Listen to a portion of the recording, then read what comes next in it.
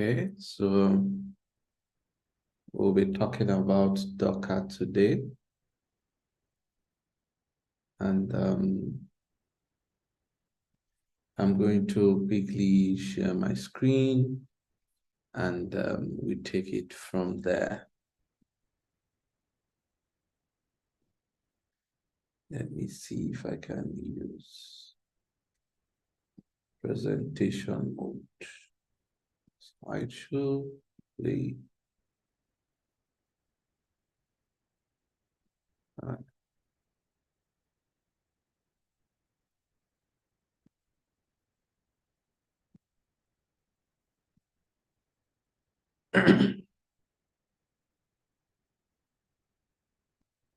right. How many of us have heard of Docker, actually?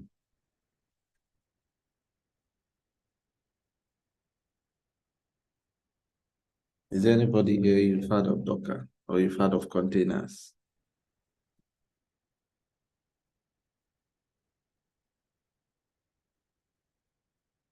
Hello? I've heard Docker, I've heard containers, AWS, storage. Okay, so what's your idea? What's your idea about Docker?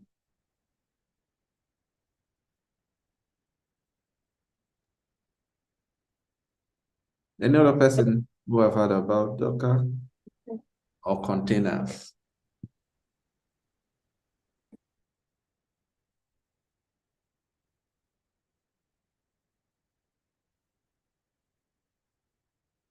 You guys should not keep quiet on me now. This is not the time to be so serious. Nobody, sir. I think only Chinano. I really say no, but all right, it's fine. So the agenda today is we're going to look at Docker, what it is, and then the uses, and then we'll try to containerize one or two applications, and I'll show us a few commands because this is something as a DevOps engineer you're going to be working with. So it's you need to know about it. Even though what we are doing today is just foundational, but Docker is so big and it's something you're going to keep seeing and seeing and seeing. And then even though something like Kubernetes, for instance, have like in AWS, the Kubernetes, the container runtime from EKS 1.24 has actually moved from Docker to Containerd. That's another containerization, like call it platform or application. But Docker has been the most popular containerization tool that we know. So what is Docker? So Docker is an open source project, that allows you to automate the deployment of applications. This is from Wikipedia. So if you go to Wikipedia, this is what you see. Now, what does this mean? That's the problem. What does this thing actually mean? I'm going to try to but let me just read it. It says Docker is an open source project that automates deployment of applications inside software containers, all right, by providing an additional layer of abstraction and automation of operating system level virtualization on Linux. Now, that sounds like something nobody understands here. Did anybody understand it? Don't be scared.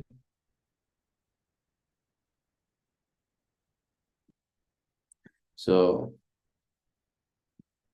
do you understand it? Are we clear? Can I move forward? No, let me voice out. Why are we keeping quiet? It looks like we understood it very, very well. I'm speaking up. Okay, I was actually joking anyway. But what I want you to take out from here, Docker is open source. Open source means that it's available, the code, the source code is available for you to clone that, look at the code, contribute to that, and be able to enhance it. Now, what is Docker? What is it all about? If you take a look, and then let me just show us the logo of Docker. So this is Docker. This is the logo. The logo is like, this is a blue whale, right?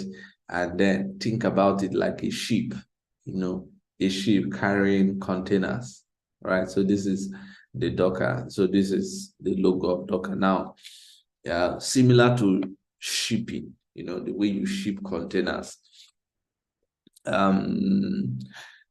Docker has somehow become synonymous with containers. So I'm going to talk about containers first, right? I'm going to talk about containers and then talk about Docker, right?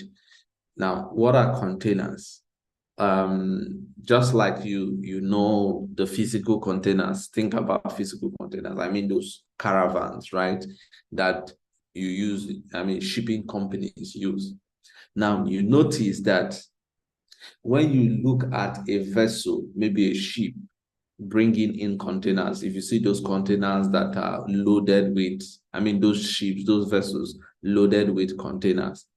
Now, irrespective of what is inside, some of them are carrying cars, right? Some of them are carrying clothes, some are carrying food stuff, some are carrying, different kind of things, different kinds of services. They are in different shapes, they are in different sizes, they are in, all manner of different colors, different orientations, and all those kind of things, meeting different use cases. Now, the ship carrying the containers, right, is not concerned about what is actually inside the container. His own concern is the containers itself, right? So it means that the containers, isolates that particular thing inside of it. Now think about containers in the tech world, in the world of virtualization. Think about it like that. So your application is like what is inside that container. So whether you build an application, a hospital application, or you build another application and the rest of them, it doesn't really matter what you have. Once you containerize it, it's fine. Now, let me talk about the history of containers, just a little bit. So what happens is this. What used to happen in the past, I think I've given us that experience before. So you see, in most production environment, more than 90% of all production servers run on Linux, right? Or more than 90%, run on Linux. Now, Linux is not, most personal computers are not Linux machines. People use more of Mac, people use Windows, for their operational day-to-day duties. But in a production environment where applications are deployed and all those kind of things are put out there, most of them, more than 90% of them, actually Linux-based. Now, the problem is this. People are running different applications. So say you think about it that you are in a company where you have like Uber, for instance. Uber, the last time I checked, they run about just that Uber app, runs or you makes use of 6 to 7 programming languages. You have C++, you have I think there's Go there, you have, of course, obviously JavaScript. So a mix of, and then you use Python for the data-driven aspects of it and all those kind of things. Now, you have those many applications. Now, I mean, different languages. Now, you need to know, for you to be able to run one language, they come with what we call their own binary, right? So it's the binary that enables you to run that. Now, imagine me who am developer A, and then you are developer B. We are in the same company. We have different machines. So maybe you're using a Windows, I'm using a Mac, and that person is using a Linux machine. Now, if we start building separately, for me to be able to run your code on my machine, I need to, just like I asked you now to go and run, to download the software, you notice that when you go online, what you get the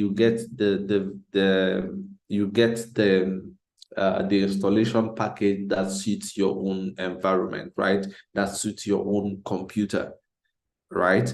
So what happens is that it means that one application, for all of us to run it, there has to be inconsistencies in the type of binary that we are downloading to actually enable it to work in our environment. Now, the problem about that again is, even if we succeed in making it work in our all individual environments, our production environment is nothing near what all of us are doing. And it becomes a problem, because when we now say we are done with our project and we're ready to go live, we're ready to deploy it in production. Now, none of us have tested that thing in the production environment. So it means that we can be in for surprises. So you don't want to do that. So the concept of now containers, that's where we now, very smart engineers now came up with that idea that they can they now created a software that you can run on your computer. So whether you're using a MacBook or Windows or Linux or Unix, any other Unix-based machine. Now, that environment, that software you run on your machine, that software stays on your machine. And that software is actually called Docker.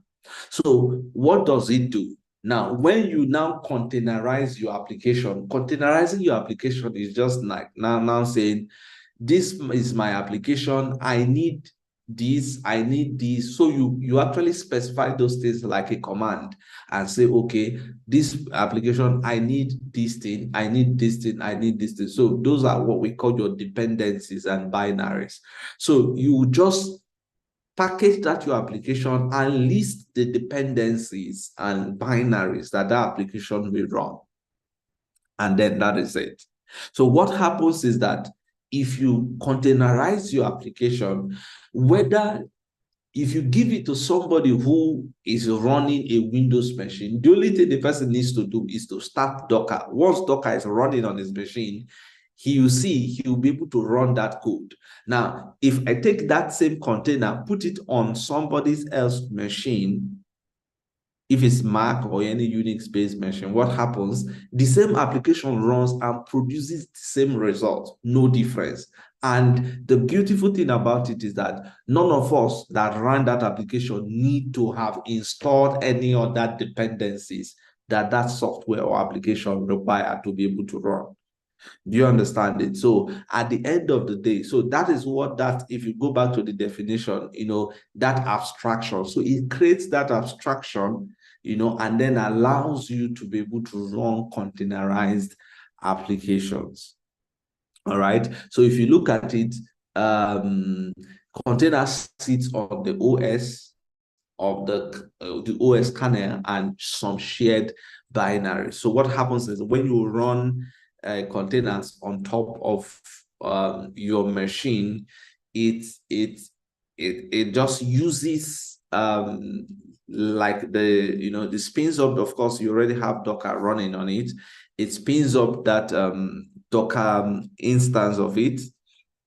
I will just use that word, and then it runs that your containerized application. It makes use of some compute power, some memory based on what it's allocated. And then after running, what happens is that it goes down. Now, if you look at as against virtual machine, because there's this comparison we do between Docker and virtual machines. Now, I'm going to give you, this is actually how a virtual machine looks like. If you remember, guys, when you try to spin up a virtual machine, I'm not sure if anybody can remember here, but if you let's say you go to the Azure portal and you create a virtual machine, you fill this. Now you notice that virtual machine takes time to run, right? It doesn't speed up immediately. It takes time to run. Now, what is happening is this. Pay attention, guys. You notice that I told you that this server is called a bare metal. So the physical machine that you're trying to virtualize to run a virtual machine, this is how it looks like. So there's a physical server, right? A physical server. Now that physical server is running, first of all, is running a host operating system. Now that host operating system can be VM, it can run any operating system. Now you run what we call a hypervisor. Now a hypervisor is what now allows you to be able to create virtual machines.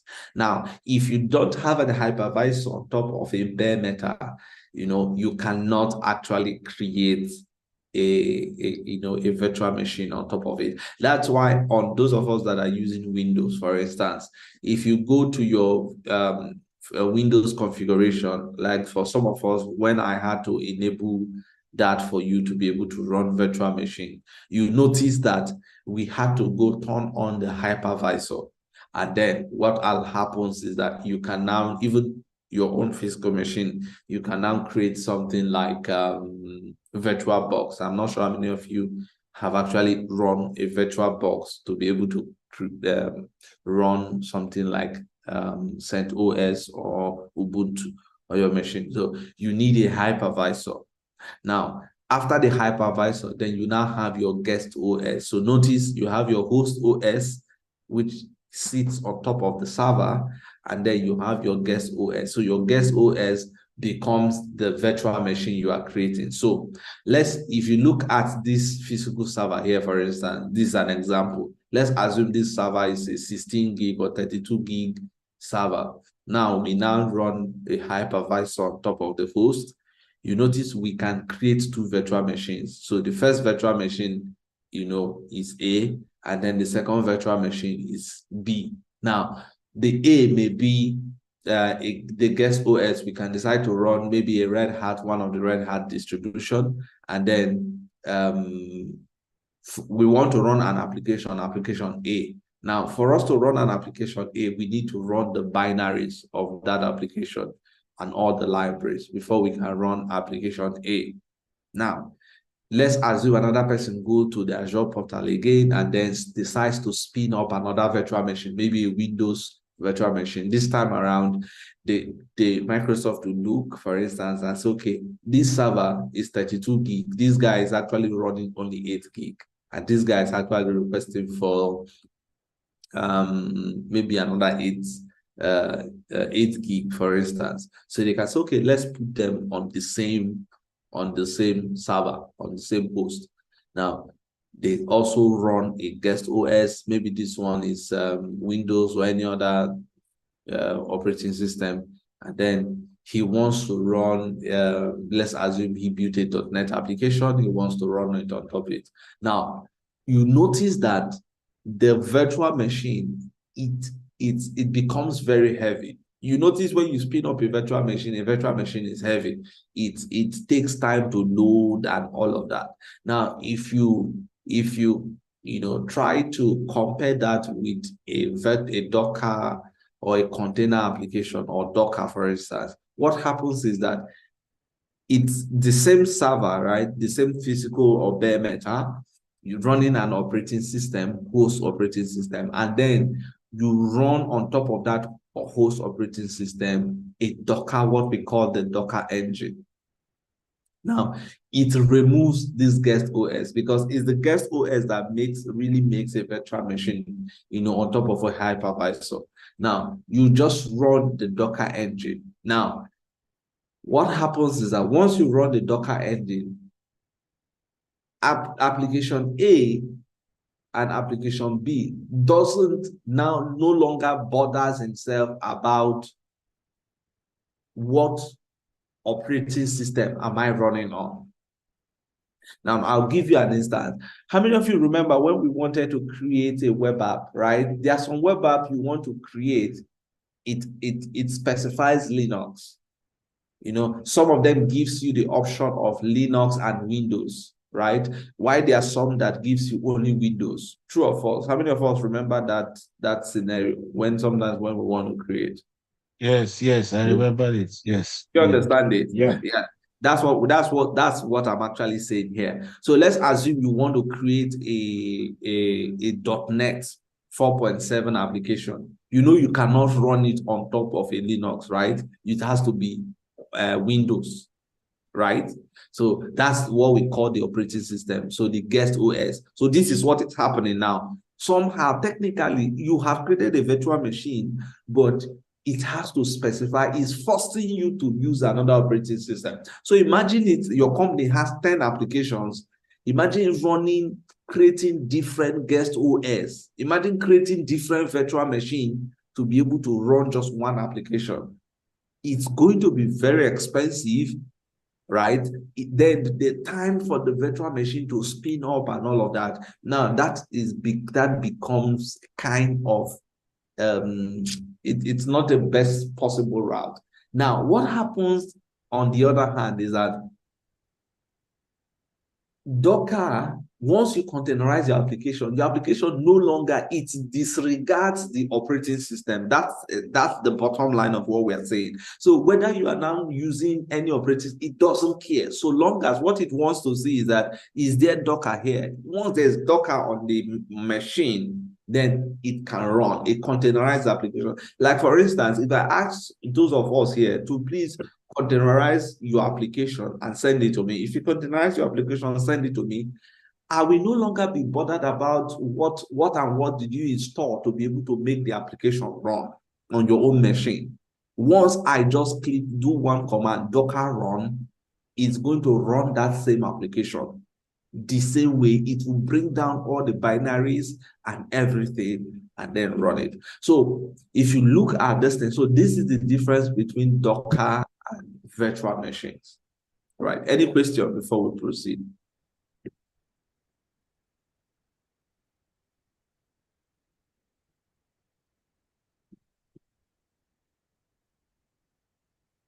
All right. So we have said that the Docker, for Docker, the Docker engine, the Docker engine, what happens is that Docker engine container comprises just the application and its dependencies, right? It runs as an isolated process, on top of that operating system. All right. Why virtual machines? Great. I want to ask a question. Yeah. So the Docker will now disregard the whole OS that is running on the machine, or I just want to be clear with that. Does it, like if you install Docker in your system, will it change your OS, or you still maintain, like if I'm using Windows machine and then there's Docker on it, does it disregard the Windows machine, or I will still maintain my Windows machine? Now, thank you. That's a very important question. Now, if you look at it, what we are, why we are studying this is with respect to applications. Are you getting it? Nothing happens to your OS is without your OS, you can't even on your laptop, right? Yeah. So if you install Docker, what we are saying is that if you install Docker, you can take a containerized application and run that application. Do you understand it? Yeah. So Docker is just like an application. Yes. Itself. Yes, that's why we say it's an open source project. It's an open source application. You run You install Yeah. it. Yeah, that's Like, the like a virtual box. yes, something Yeah. like that. But you see, a virtual box is a virtual machine. That's what we are saying. If you notice a virtual box, it tells you it needs at least sometimes the disk, when you are setting it up, the disk can be up the ISO, maybe 2 gig, is it not? You know, Yeah. it takes time to run. Now, Docker and the application, this thing is in megabytes, sometimes 20 MB, 10 MB. Wow. Yeah, So it's light. so light that exactly. Yeah. Exactly. That's the point. Why Docker and containers is, I mean, it's not like you won't, but you will rarely see applications now that are not containerized. Okay. Do you understand it? Yeah. Yeah. So it's now left for the application producers to maybe containerize the application. Yes, yes, of course. It's yeah, you have to containerize it. So and that's the point. So to containerize an application now, what do? You just specify what all the binaries that the app needs. Do you get it? You can say, okay, Yeah. this is my Java app. I need a Tomcat server. I need this. I need this. I need this. You put it inside. We're going to get into that shortly. You put it inside what we call a Docker file. Then basically that's how you containerize the application. So once I see that and you give that to me, I just do Docker run on my own machine, and it will just download those things and then spin up the application. And then once I'm done, I can shut it down. Meanwhile, a virtual machine, on the other hand, is so heavy for me to even spin that up and spin that down. It takes a lot of time, Yeah. and it also doesn't leave your machine clean at the end of the day when you finish, right? So, and that takes me to the next thing is, what are the differences between VMs? You just talked about the first one, and it makes a lot of sense. Yeah. So that's the major difference. That's the major difference. That virtual machines are heavyweight while containers are lightweight, right? VMs have limited performance, right? While containers have native performance. Native performance in the sense that it works with the boundaries of your application, right? It works with the boundaries of your application. Now, each VM runs in its own operating system, right? While all containers share the host OS. So let's assume we have our company, we have 10 applications that are working together, but they need different operating systems. So it means that we have to run 10 virtual machines, right? True of us. That's a lot. Yeah. That's a lot. I mean, it was a very crazy thing back in the days before containers. So you imagine you have just one app. Maybe you have a banking app. So sometimes when we talk about app, you just download one app on your phone, but on the back end, these are different applications running. Hope you know. Like, Yeah. you go to maybe an Amazon website, for instance. That just one website we are saying is a makeup of different applications. Hope you know that. They have the one doing the compute of this. That can be a different programming language. They have another one doing this. They have another one. So those are different applications. Now imagine they are different languages and have their own dependencies and binaries. It means that you have to run them all in different virtual machines. Now think about the complexities, the virtual network you need to run to connect those applications together and all of that. That's what we are talking about. Each of them will run in an isolated environment. While containers, I can decide to run 10 applications on one host machine. The only thing they need is Docker. Once the Docker engine is on top of it, they don't care about the OS. Do you understand? So all containers share the host operating system. So whatever the host operating system is, that's what they share. Now, another difference is that hardware level virtualization for VM, of course. For a virtual machine to run, you need to virtualize the physical bare metal, that physical server. Why? For container to run, what happens is that it's OS, operating system virtualization. So what we are saying is that you run Docker on top of the host operating system. So if it's Windows, for instance, Docker is running on top of it.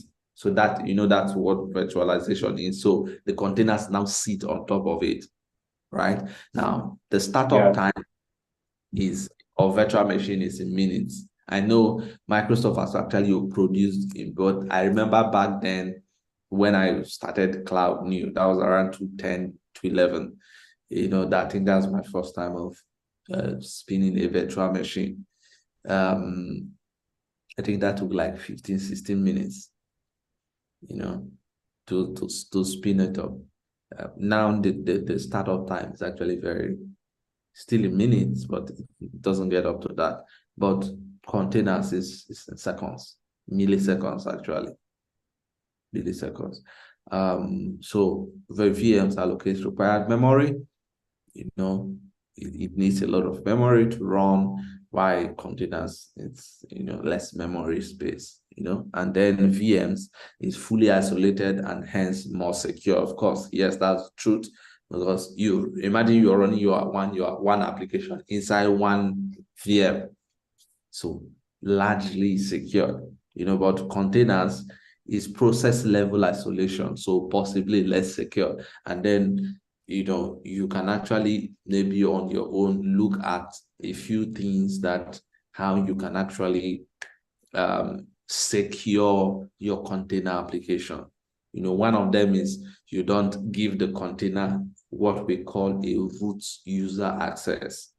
For instance, the container, once you start running it, it's running on top of it, sharing your operating system, right? Now, if you're running that container and then that container has a root user access, if some malicious persons get access to that process, they can actually act like though they are that application running on your machine and get access to some critical stuff and be able to look at what is happening in your operating system, right? And shut everybody out and start. That's where you now hear things like ransomware and those kind of things.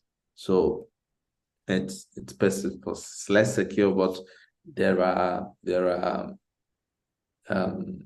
things you can do to actually mitigate those kind of things. All right. And then we talk about performance comparison. Basically, if you try to compare them, getting application from development to production involves creating disk images. Now, if you look at back in those days, where you want to take something, what happens is you need to package those machines. I mean, you package your code, put them, in a disk or something, and yes, carry them, go and put in those physical machines and all of that. So, but if you bring that concept into virtual machines and containers, basically, what happens is that in creating an image, and I'm going to talk about, what an image is and what a container is.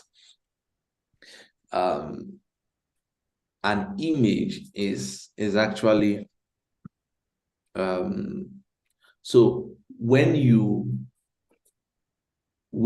finish building your application, for instance, our application is like, I think that the last lab I gave us, not the one we did yesterday, the one before that one.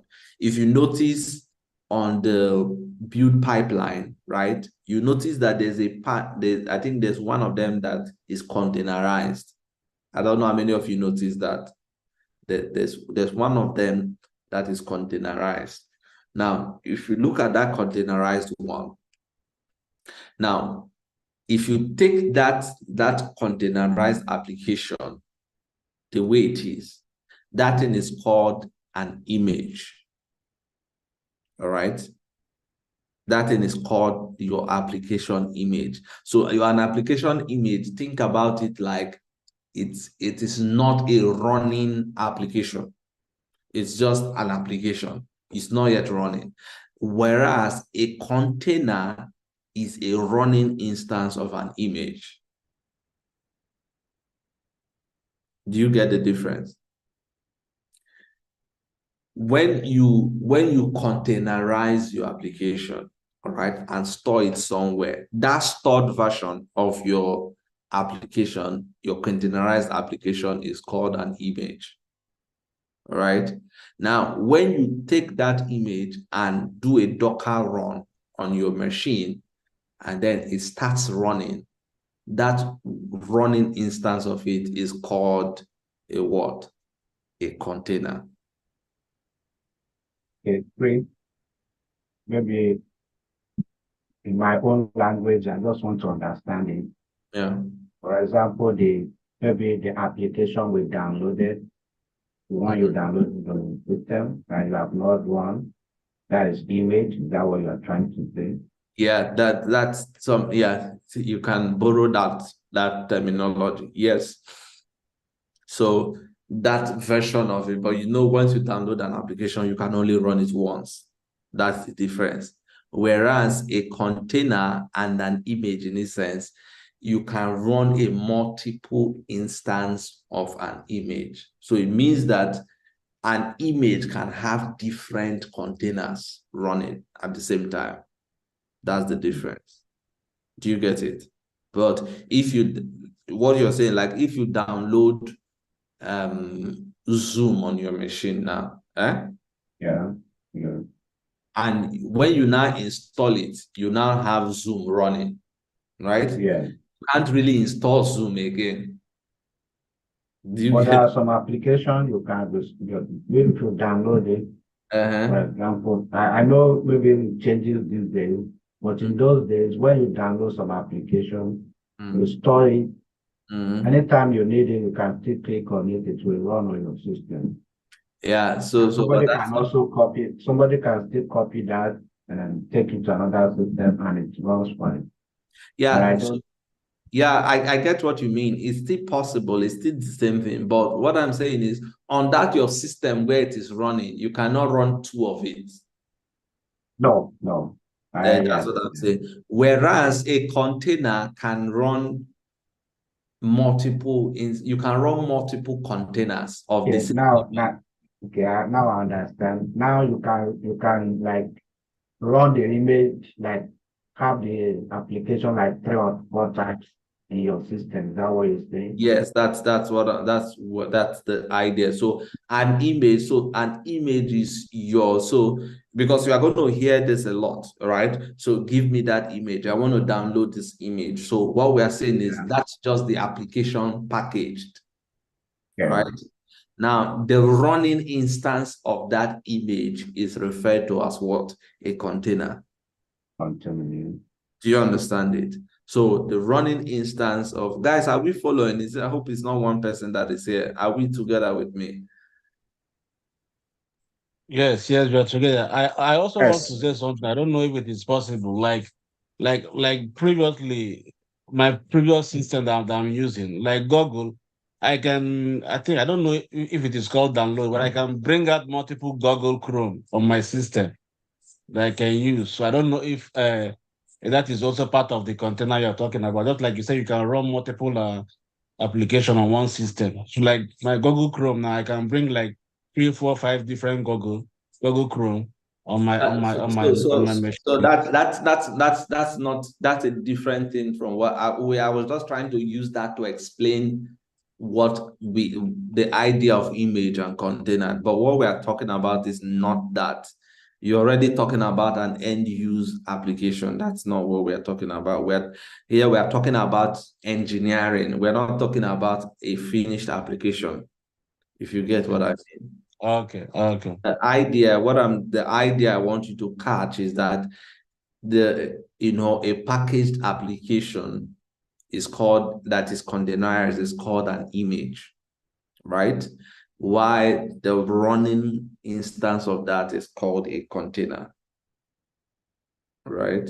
So we are going to get into that very, very soon. So what it means is that if you have a declaration, let's assume your .NET application that you are finished building, like that application you ran on your machine, on that that you deployed yesterday, right? Now, take for instance that you containerize that application. If you containerize that application, what it means is that if you send it to me, I can actually just do Docker run. Now, that Docker run, it spins up and what we call a container. Remember, what you gave me was called an image, or it's called an image, right? What you gave me is an image. If I run that image, I get a container. All right. Hope we've not forgotten the introduction I gave about a container. We are just trying to do a comparison. There's a reason why I'm saying all these things. To actually push us down to an image, comparing a virtual machine image and a container image.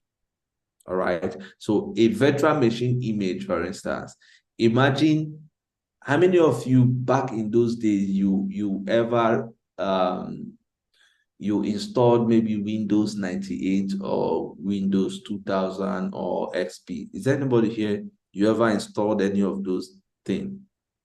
Yes. How long does it take? All right, sir. How long should it take you to run one?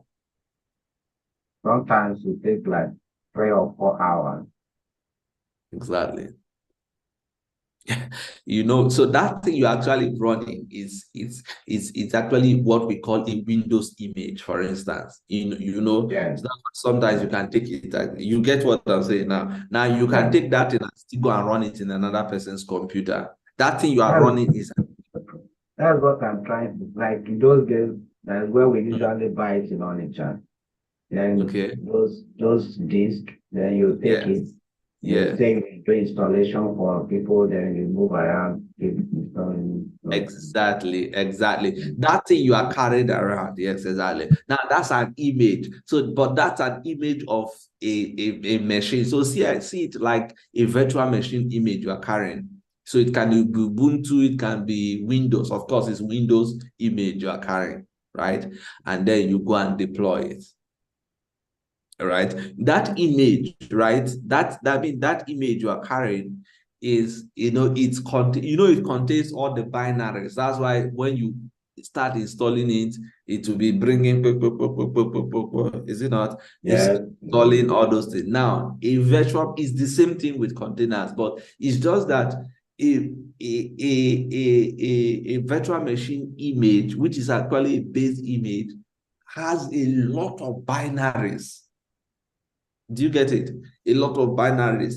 All those binaries, and for those of us who are maybe we don't have some background, the idea is this: all those things is actually what enables your computer to work with the microphone, to work with the keyboard. Are you guys getting? So those things that is running, that's what makes your computer to be able to interact with those features, the speaker, interact with the network and all those things. Are you getting it? So that's what your image contains.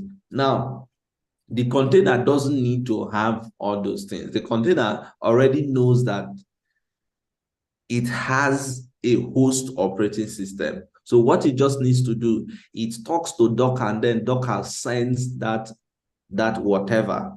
All right. It sends, let's assume the container needs to send something, or the container uses, the application actually is designed to use the speaker of your device. Let's assume Zoom, for instance.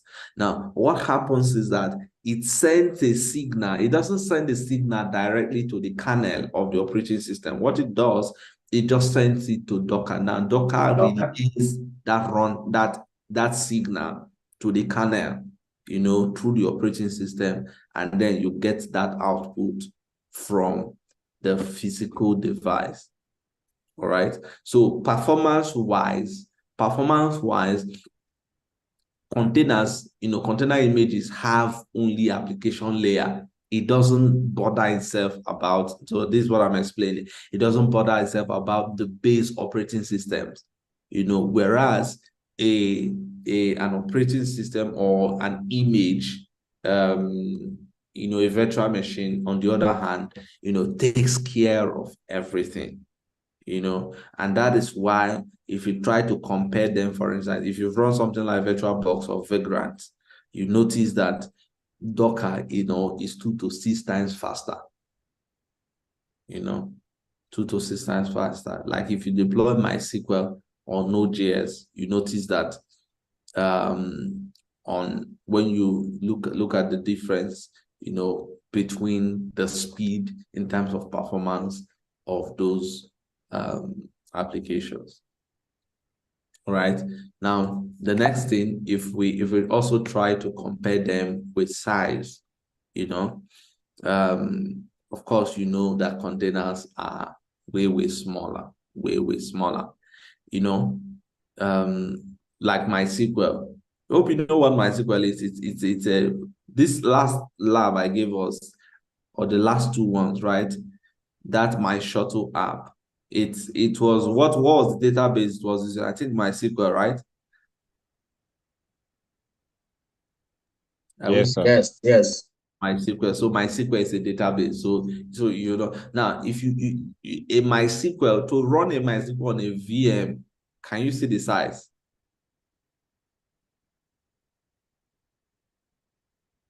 1.68 gig. If you're running it on a VM, if you're running it on an LXC, it's like 0.5 gig, but if you're running it with Docker, it's 112 kilobytes.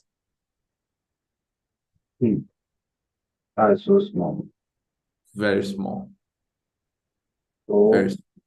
So imagine you want to spin up, like those of you, when you notice when you were creating your MySQL server, it took time to spin up. Meanwhile, if you want to spin this thing on your own local machine, for instance, you just go and get the Docker image, right? And then just do Docker run. You put the name of that image, and in seconds, it will spin it up for you.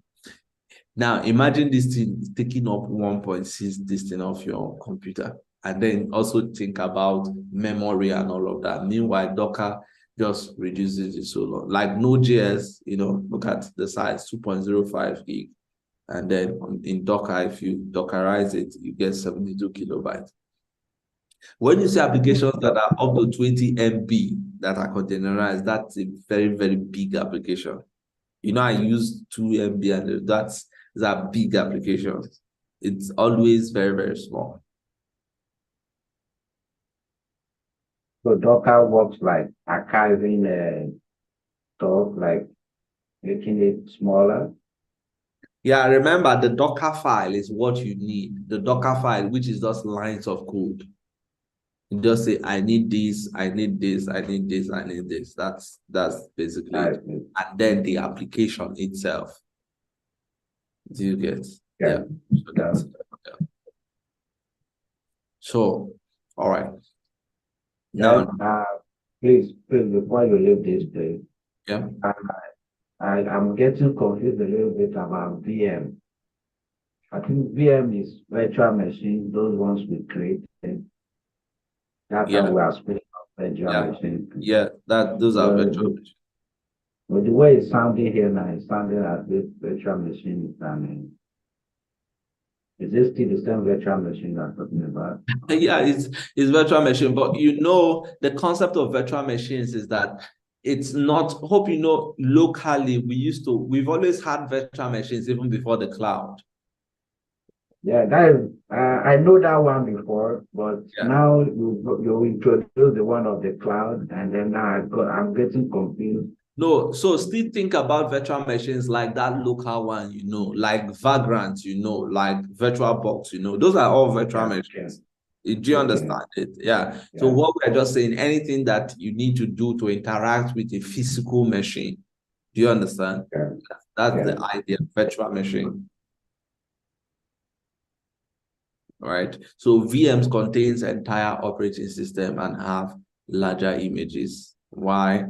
Docker stores only the differences. So basically the application there. So Docker doesn't really concern himself, about all those things that is required. You just focus on the application layer. All right. So we won't go into all of this. But so this is how Docker actually works. It makes use of, so this is the kernel, right? So the kernel is like the hardware. So think about when you buy a physical computer, it comes with, there's speaker, there's screen, and all those things. Now, all those things, how they work is that they interact with the kernel, of that physical, that device, right? Which is just electronics, right? It's electronics. It has chips and all those things. Now, how those things work is that it interacts with what we call a base image. So a base image, like, Windows is a C-based language, right? Windows was written with C, right? How many of us are aware of that? So Windows is C. Than this. So those are low-level languages, machine based languages that talks to the computer, the internal, which is the kernel. That's what we mean by kernel. That's the core of the computer. It relates with it with zeros and ones, right? Everything you do in computer is zeros and ones. Yes. Finally. Yeah, so that's what we talk about low level. So those low level languages, that's where you have your Windows, Debian, Linux, or those base images. Now, so containers are built on top of that. So this is your container, for instance. It goes and says, okay, I need Apache. Apache is the web server, for instance. I need this. So it will specify all the binaries and specify the operating system and all of that. And so, okay, I need this, and this. And then with Docker running on top of it, it will just go and get all those things. And then it will spin up and run. All right. Any question before we go into a few things before we go into the lab?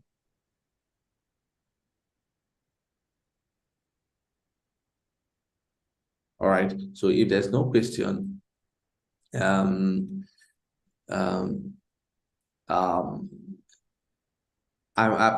trying not to introduce us into, but it's almost impossible not to introduce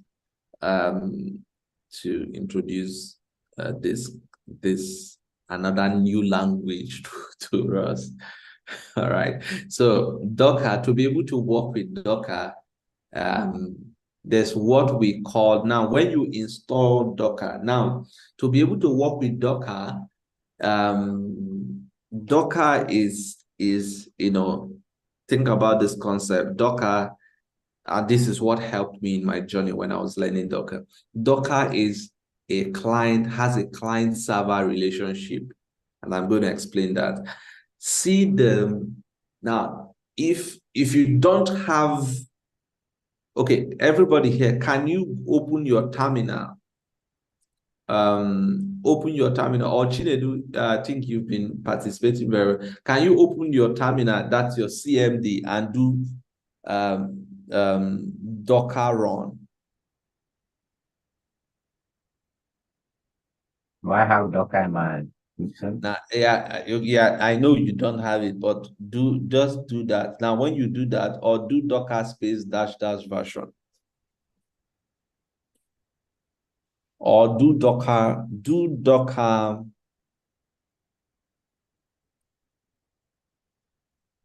Want me to share my screen? Yeah, sure, you can share your screen. Let me try to, explain something to you. To us. Yeah. Docker space version. No, I think you have to space. Do space -- version. Let's see.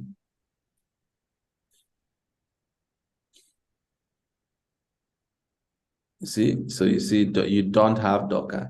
Now, No Republic. try to do a Docker run.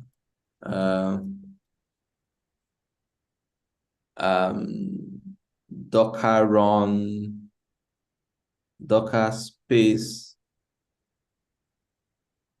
Another Docker run. Docker space run space hello dash world. No, together dash world. Yep. Now this is how you run Docker. Now you see he doesn't have Docker running in his machine. All right. Yeah. Doesn't have Docker running on his machine. Now, it's also possible you have Docker, like if you install Docker now, okay, on your machine. If you do Docker version, after installing it, it will show you the Docker version. Okay. But Yeah. if Docker is not running, it means that you can stop Docker and start Docker. Are you getting it? So you can have Docker installed. If you do Docker version, it will show you. All right.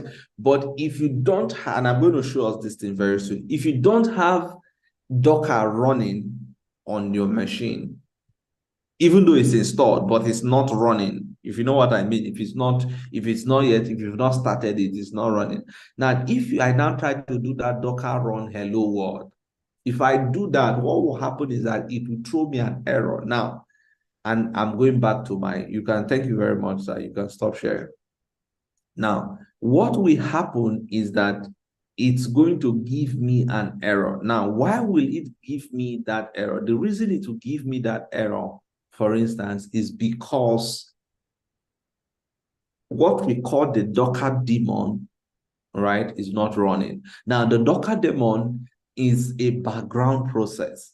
Now, and that's why I'm calling it a server and client relationship. So it means that for me to be able to run all the Docker commands, the Docker daemon needs to be running. It means that the Docker daemon is like the server, while the commands I'm running is like the client. So the client is making requests to the server needs to respond. Do you get that idea?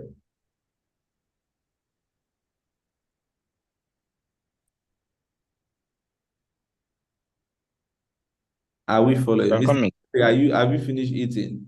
I've not had your voice today. Did we get the concept?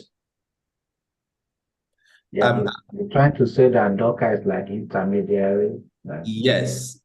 So all the Docker commands, because sometimes you try to do a Docker command, all right, it will start complaining, but you check Docker is installed. You do Docker because that's what you do anytime you want to check whether, like, if you want to check if Git is installed on your machine, you do Git space dash version, right? Now, you notice that Git doesn't necessarily need a client-server relationship. Once you have Git installed, you can run Git anytime from anywhere, all right? You don't need to go and start something and stop it for Git to run. True or false? You don't need it, yeah. But Docker is different. Now, why is it different? Remember, we say that it's a running software. So that software needs to be on and up and running. Now, that one that is running is runs on the background. It's actually a background process. All right. Now, that's what we call a Docker daemon. Now, why the client is down those commands you'll be running? The reason I'm saying this is because there are about 3 ways to actually communicate with Docker. All right. The Docker CLI is actually one of the ways to connect with it. Now, we also have what we call the Docker desktop. You can actually communicate with the Docker using the Docker desktop, meaning it's a user interface. All right. You don't need to be running all these Docker this, right? You just use that Docker desktop, which is like a user interface, and use it to do all your commands. But the problem is that when you go into a you're running a Linux server, right? A Linux server doesn't have a user interface. You SSH into it. How will you now work? Because Docker desktop, installing Docker desktop there will just be like you are an unserious person. You should actually learn how to use the CLI. So that's why the Docker CLI is very, very popular, more popular than the other methods. The other third way you can communicate with Docker is to use the API. Right now, all of these things actually happen and communicate because Docker daemon and the Docker client actually uses what we call APIs to communicate. Now, I'm not going to go in depth into that, but images. So when you are interacting with image, who can remember what I said the image is? What an image is? That the OS. Hmm? Operating system of probably Windows, Linux, or something like that. No. That's not it. So the image are the containers that are not yet running. Yeah, so it's your packaged code, it's your packaged application. That's what an image is, right? An image is not an operating system, sir. An image is just a code that has been packaged. It can be an application, it can even be an operating system. You know, you can package operating system as an image, right? But it's not yet running. So once it's not running, it's an image. So an application that is not yet running. So while a container is what? A running instance of an image, right? So an image. So to interact with an image, now all the commands actually starts with Docker. All right. And I've given you guys the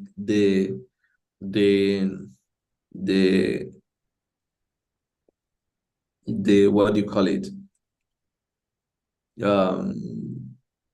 The secrets to how to interact with, like when we did the Azure CLI, I showed you guys there's a secret that you need three different things. The first thing is AZ. The second command is what you are targeting. Like if it's a web app, for instance, it will be AZ, app. Then the next thing will be a verb, which is an action word, maybe create, delete, modify, and those kind of things. Now, Docker is a little bit different because the first one would be Docker. The first command is Docker, while the second one, can either be a verb, all right, or it's always a verb, all right, or it's a noun. Right? So it can be Docker run, Docker tag, Docker pull, then Docker images, for instance. So when you do Docker images, it lists all the local images. Like if you run it on your machine now, it will not. But if I run it, if I share my terminal now, for instance, and let me try and share my terminal. We install the Docker in our system. Yeah, we are going to install it after now. Just once I'm done after now, I will allow us time to all install it, and then we can do the lab.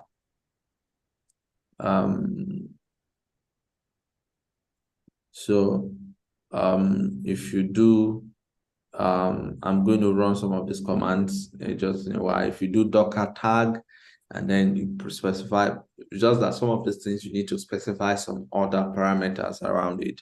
But yeah, do Docker pull, it will pull an image, download an image from the repository. Just like you have GitHub. Remember when we use Git, we're doing Git push, right? We're using Git push to push our image, our applications, right, to the repository like GitHub. Is it not? Now, for Docker can also do the same thing, Docker push. Now, you push your own, but it goes to a repository. That repository can be something like Docker Hub. Okay, that's where your images are stored. All right. GitHub also have their own equivalent environment where container images are stored. All right. So you can have a lot of them, we call them container registry. Within Azure, Azure own is called Azure Container Registry, ACR, right?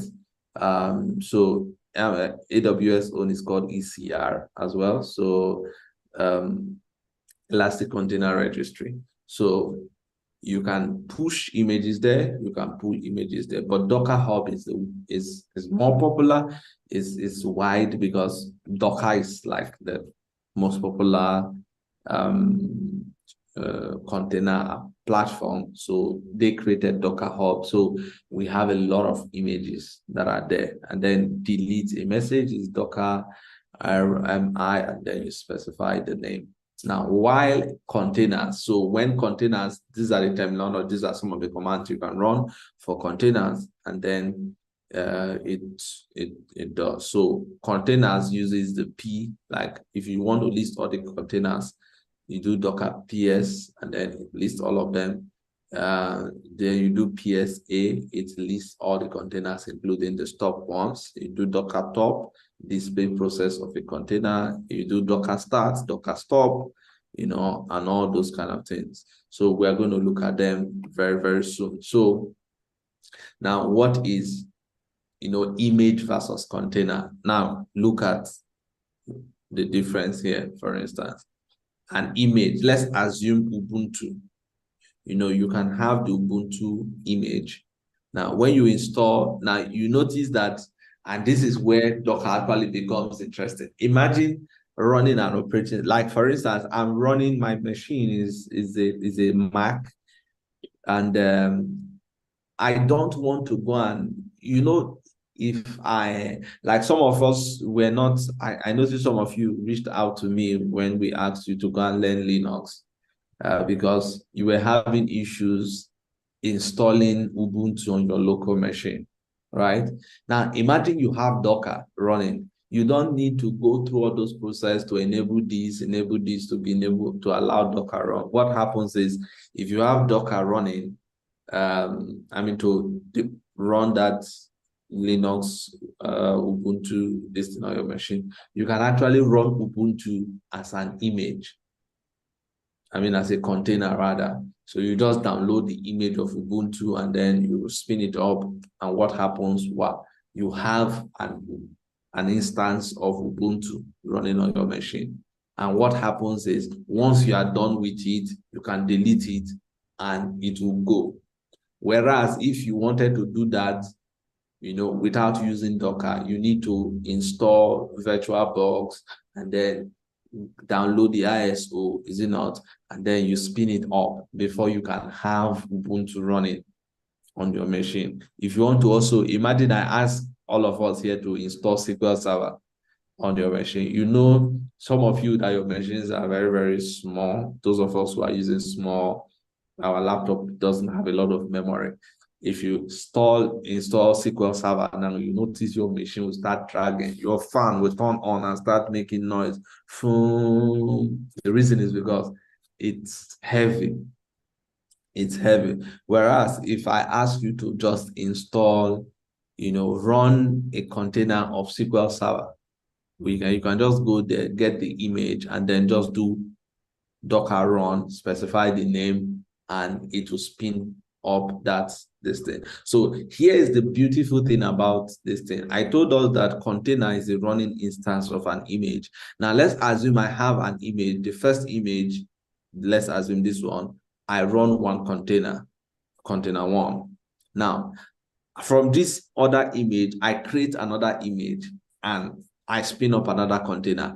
I can also spin up multiple containers of the same image. So that image is running different containers from one image. So it means, for instance, I can run multiple instances of Ubuntu on my machine at the same time. They are all running live at the same time. The only thing is, so long as my physical hardware has not reached the limit, I can continue to run multiple instances of one image at the same time. All right. And then Do not affect my Will it not affect our like our processors and other stuff? That's why I said you run it to the max. I'm just giving an instance. There's really no reason Okay. to do that, but I'm saying you can run that up to the maximum of your physical, the physical limit of your device. Definitely, your device has a fixed memory, has a fixed CPU, right? So if it reaches that limit, something will go wrong, definitely. Now, the Docker file is what actually you use to specify that this application is containerized. I'm oversimplifying it. It's heavily simplified, but just think about it like that. So if I want to containerize an application, the first thing I need to do is to create a Docker file. That's very, very important. You create a Docker file and then you specify a couple of things within that file. We're not going to talk about that here. So, but these are Docker use cases. Quite a lot of use cases. Microservices is one of the beautiful one, whereby, so what are microservices? Take, for instance, like what I was explaining to you, Uber, for instance. Uber runs a multi microservice, kind of application. That one app you see is different languages. They have different things, and so how do they make all of them to be able to communicate? Is the concept of containerization. They Dockerize all of them, and then they allow them to be able to communicate, So these are some of the use cases. I can decide to have development environment, quick evaluation of a software. Instead of we want to test the software to check if it's good and all of that, if it's something that before we go and invest money inside of it, for instance, I can decide to say, okay, instead of me going to spin up a virtual machine to test if this application will work better on Linux or Windows, what I'll just do, I go and I find out, is there a container version of this thing? If there is, I will look for the image and then run that thing on top of it and test it, right? Imagine if I'm contemplating whether using Postgres SQL or MySQL or maybe any other SQL server, database. I can say, okay, you know what, let's test this thing. And then we'll just go get the public available image and then download it, run it, and then test whatever we want to test on top of it. And there get our idea, So it's very, very good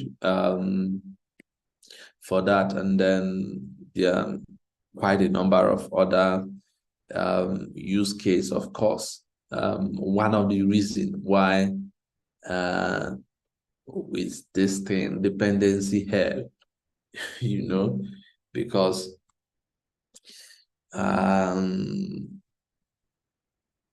if you have softwares that needs this and needs this and needs this and needs this, you have a lot of problem, especially where your application now,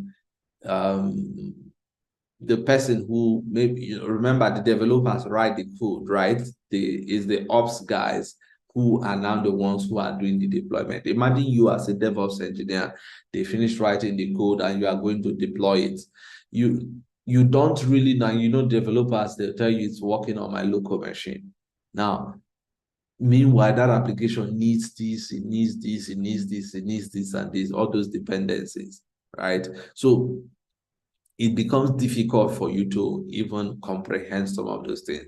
But meanwhile, with Docker, you can just tell the person, you know what, containerize this application, young man. So what happens is that in his Docker file, he specifies this version, this. He can go up to version. He can create the version that he needs, set up all those things. And if he gives me that thing, I just run it on my server. And what happens is that it pulls all those dependencies and runs the application without me bothering about compatibility and all of that. All right, so that's one of the use case, and quite a number of them here. So, container includes everything, right? And so Docker files keep record of your dependencies, all right? And of course, you can version it and see that you introduce Git and then be able to know what changed over time and progress with the application, and barriers to adoption and reuse. Accuse that Docker provides features to help with that. All right, I'm going to stop the sharing now and try to do a few things. So let me see. Let me try to do just that. If I do Docker images, so can you see? I have Docker installed on my machine. I'm going to clear this. I'll make this thing bigger, just so that we can see this more. Is it visible? Are we still here? Yes, sir. Yeah. All right. So if I do Docker version space version, you notice that I have this version running, right? You see it's running. But if I do that Docker, okay, let me clear this. If I do Docker images, right? I want to list all the images. You see what it's telling me? Cannot connect to the Docker daemon. Are you seeing it? You now see it asking me a question. Is the Docker what? Running. Exactly, is the Docker daemon running? Are you seeing what I'm saying? It's the client-server relationship. Does it make sense? Does it make sense, guys? Are we here? Yeah. All right. So the Docker client, so the Docker daemon is now the running instance of so it's like the engine, within your environment. So you need it to run. So for me to do that, like if I try to do that command that asks you to run, which is the hello world application that is, that's already containerized. What I'll just do is I do Docker run. So this is the command. So Docker, then the verb, and then hello world. If I try to run it, it's still telling me what? Docker daemon is not running. So what I will just do, I'm using a Mac. So what I'm just going to type Docker and then open it. You'll see I have that blue whale. See, it has come out on my system. It's telling me Docker needs privileged access. I'm just going to give it access. And then I think it needs to be open. We can't state the spread. Yeah, so it has opened. So this is actually what we call the Docker desktop. Are you seeing it? So this is the Docker desktop. So I can actually see all my images here, right? So these are all the images I've run from 7 years ago and all those kind of things. So, wow. We've been long in this game. All right. So Docker is running now on my machine. If you look at this logo, you see it here on my machine. So on your machine, you will see it. And then this thing also ships with Kubernetes. All right. I don't want to update it. It's going to take time, but it's always requests for updates. So let's go back there and do Docker images. Now notice what happens this time around. Are you seeing it? It has listed all those images for me, right? All the images I have on my machine that listed them. Now you notice this was the last one, right? This one here. If we go back here, you still see that if I click on images. So this is the one I call Docker desktop. Are you getting it? You see, there was a time I ran MySQL. A couple of months ago, I was working on something. I decided to run we're testing databases. I use Postgre, things like Prometheus for testing Kubernetes and the rest of them. So you can actually run this kind of things, Elasticsearch. Imagine something like Elasticsearch running Redis cache, running something like Kibana. These are quite a number of heavy stuff, but you can run them as an image like this, and it runs. And then if I want to check if I have any container, you say I don't have any container. So you can use the Docker desktop or use the Docker CLI. So for now, I'm going to keep the CLI. I keep using the CLI and not use the other one. So if I want to check the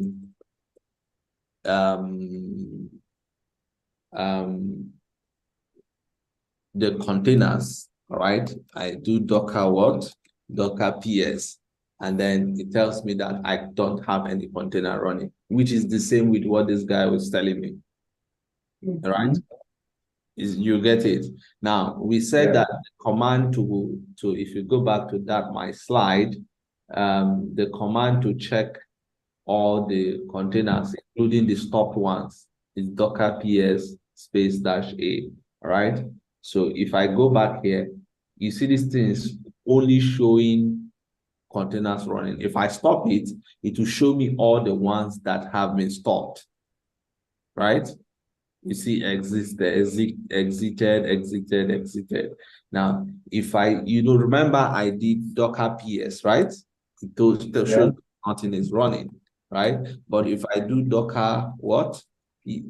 Docker PSA, right? It will show me all the ones that I ran before. This man, you're always in a busy place. Sorry, sir. So you see that Docker PSA shows me all my containers and the ones that have cleared. All right. So that's it. Now let's assume I want to run, and I'm going to show us I'm going to go to Docker Hub and Docker Hub, I think .io, right? Is it dockerhub.com? Let's see. How can I not know dockerhub.com? Something is wrong with me. Yeah, so create your account, and if you go to Docker Hub, so you see, so this is my account, and then there's a few this thing I created. Now there's an application called that Hello World. All right, so Hello World, it's a very, very simple. Now, if you want to pull this application to your local machine, you can do Docker pull this. All right, so what happens is that people create images. Now, these things are images, right? So somebody can build an application and then post it online, and it's available. Just like you can go to this thing and download an application, right? You can go and download the software. The same thing. For instance, something like MySQL, right? You can just type the name here. You see, this is coming from the official. Can you see this is Docker official image? So if I want to pull it to my local machine, I can do Docker pull this and then later do Docker run. If you look at the reference here, you see how to run it. So starting in my MySQL server instance, this is how to start it. You do Docker run the name, give it any name, give it this thing, environment variables, which is the username, and then the password, and then the tag, and then you can connect to it. Very simple. So I can run a SQL and an instance of it, and then I can also log inside of Docker by using the Docker exec IT, and then I enter into that listing. But I'm going to go to something very simple, which is that Hello World. If you try to learn any programming language, one of the first things you learn how to do is how to create the hello world application, just a standard output display or something. So we're just going to download this application, and then it will output hello world for us. So how do you do that? This is the thing. Docker run hello world. So I'm just going to go there and do Docker run now hello world. And then what happens is that it will pull down that image. If you don't have that image on your local machine, it's going to go and pull it, and then you see Docker hello world. So this message shows that your installation appears to be working correctly. Now it's just showing me this same thing from here to here. All right.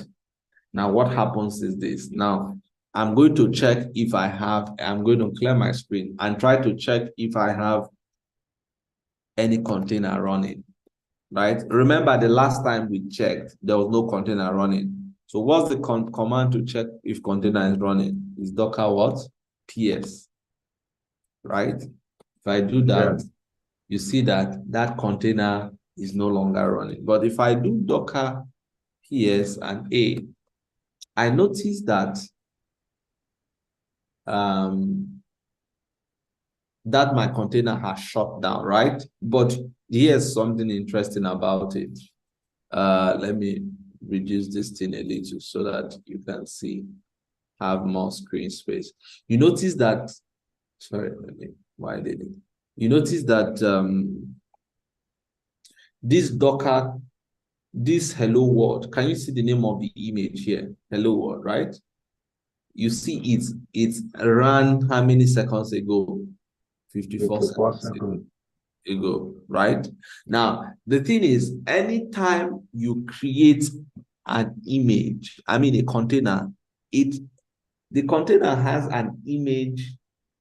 Now, the image will always be the same, but it will come up with different things called container ID and this name on the right-hand side here. Are you following me? Yes.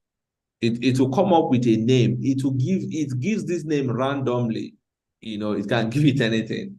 Now, the name of the image is going to be the same. Then the container ID is going to change. Now, the reason I'm showing you this is I'm going to run that command again. All right? I'm going to run the command again and show you what I'm saying. Docker run what? Hello. Wow. Yeah. I run it again. Now, let's do Docker PSA because it exited again. Can you notice something? It ran the same image. Are you getting it? You see different container IDs, right? Are you seeing the name we gave it this time around? Yeah. Let's run it again. It ran it again. Now, if we list the exited containers, you see that I have 3 of it that have run. Now, it's possible for 3 of them to run the same time and be running at the same time. So this proves the concept that an image can actually have multiple containers. But Are you guys giving following? giving them different names. Yes, it gives them different names. Exactly. So, and then different container ID. So let's assume I now want to start troubleshooting this thing. I can troubleshoot. I can decide to find out why did this instance of this application fail. I can now do maybe Docker log, then specify this container ID. Right? Yeah. For instance, and then, begin to, is it logs or what? But we'll get into those stuff, later on. And then you see, it's just showing me what happened. It ran that container and went off. Now, I don't like this thing. So this thing is actually showing me that my container is starting and stopping.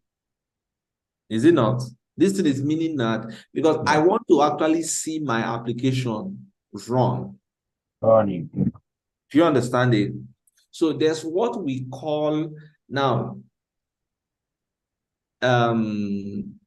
just like, remember we created a Linux machine and we were able to SSH into that machine, right? How many of us remembered? Yeah. We're able to Yeah. SSH into our machine, yeah. So And virtual machine. yes, our virtual machines, yeah. Now, it's possible I want to spin up a machine now, and I don't want that machine to run. I mean, to shut down that image, especially if it has not finished what it wants to do. Or even if I finish, I don't want it to finish, to stop. Now, what we do is that you can now run that thing and then put that image or that container in what we call an interactive mode. Now, when you put it into the interactive mode, remember that this, okay, let me do this. Let's download this image. So to download this image, what do? You do Docker pull what? Hello world. So let me do that. I can actually copy that command. Makes it very simple. And then I put that here. It's using latest stack. You see, it ran this set of commands and it pulled that image. Now, if I do Docker images, right? Remember, it's an image I pulled. Is it not? Yes. If I do Docker image, it's going to come up with a lot of images, but I'm looking for that latest one, which I just pulled a while ago. I did Docker images. And then where's the name? Hello world. I actually have instance of it. So, but you see it here, hello world, and then it's the latest. So it's this one here. It's hello world. All right. So it is the latest of this. Now I can actually see what is inside of this machine. Now, I don't want to go into some low-level details about the makeup of a container and all of that, but to help you, what I'm going to do is I'm going to spin up this container again, but this time around, I don't want to do Docker run the name. I'm going to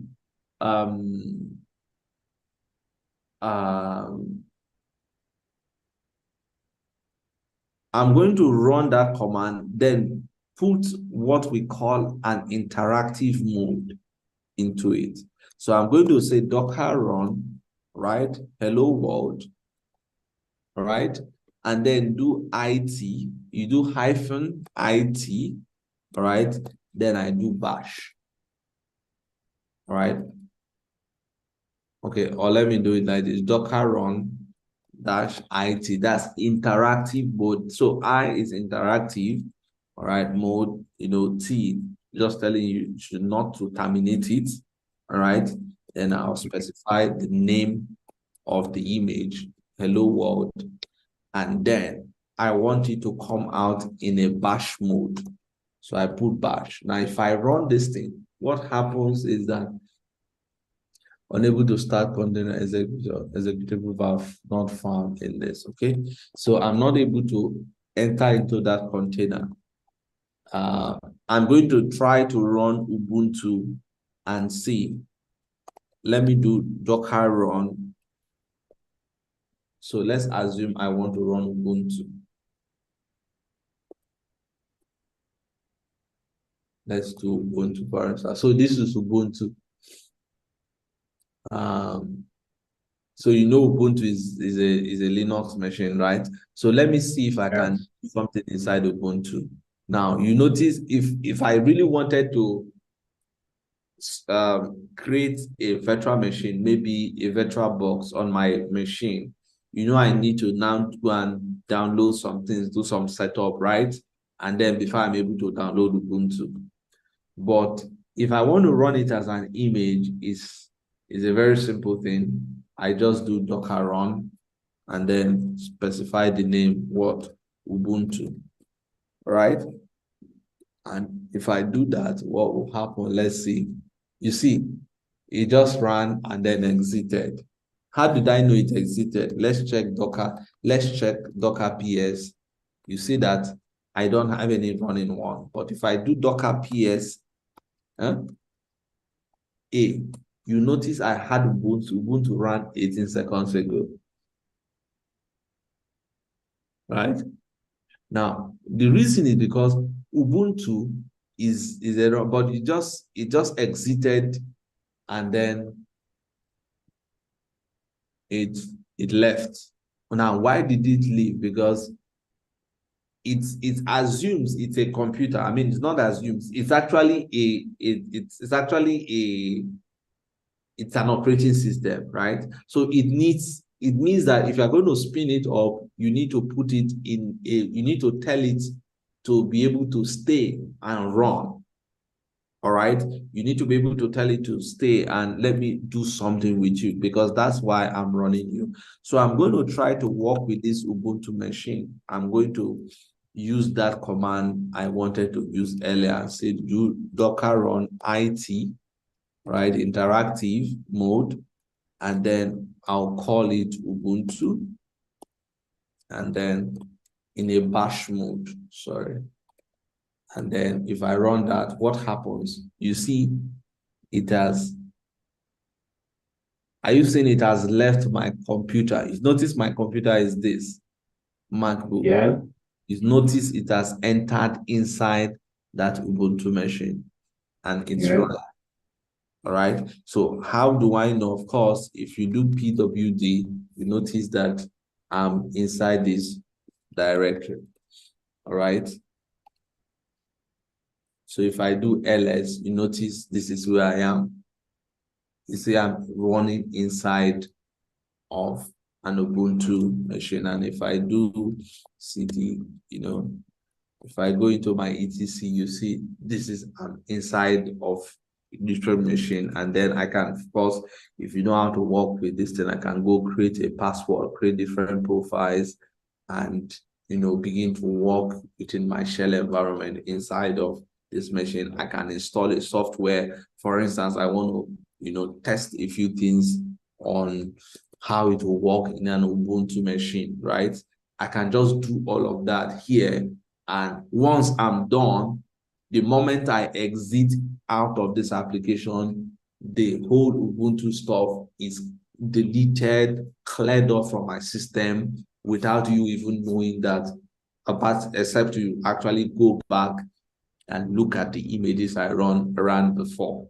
You won't even know that I actually did anything in this environment, right? So that's one beautiful thing about, so you see, I'm running Ubuntu as a container. All right.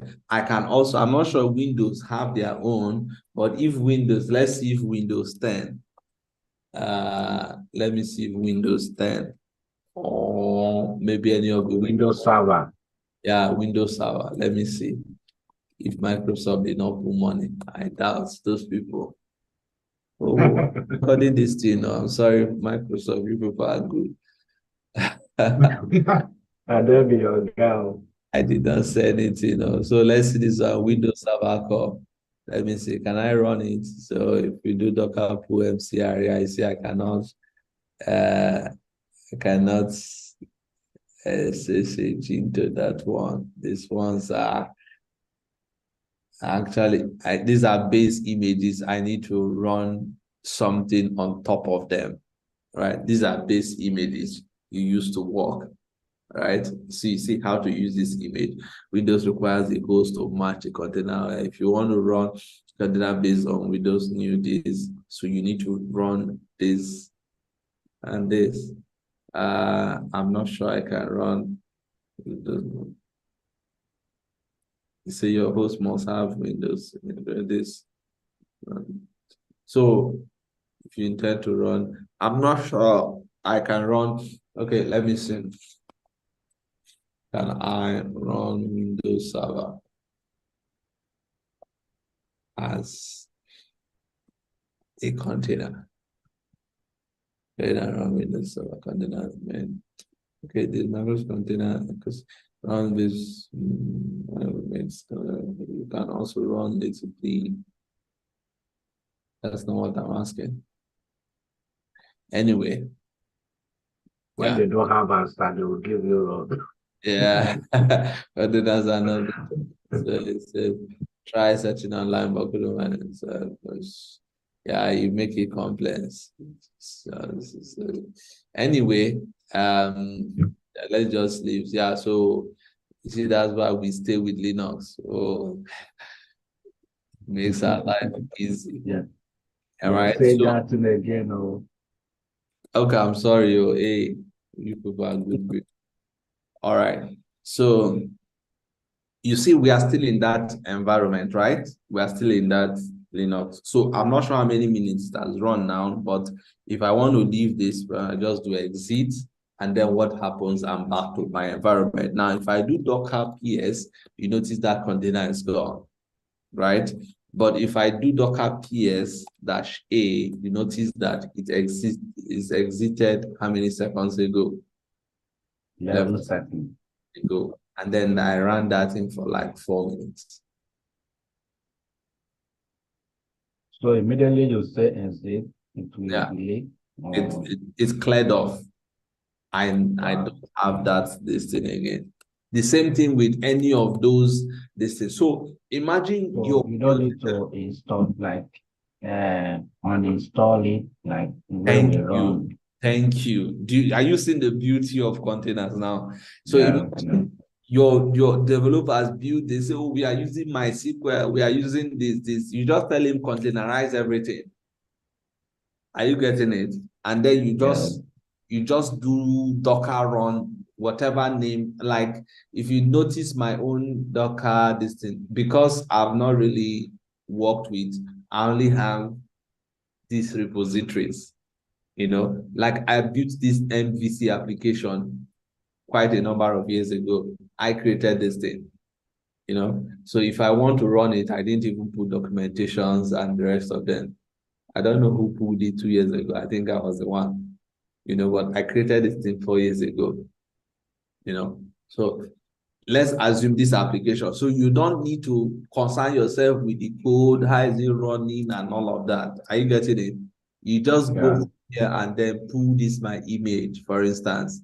I'm supposed to have put instruction. Don't mind me. Stop looking at me like that. But just forgive me. Let's assume I put the command and put some details how to use this thing and all of that. You just come here and do the pull, and then you run it in your local environment, and you get to spin up that whole thing for you, right?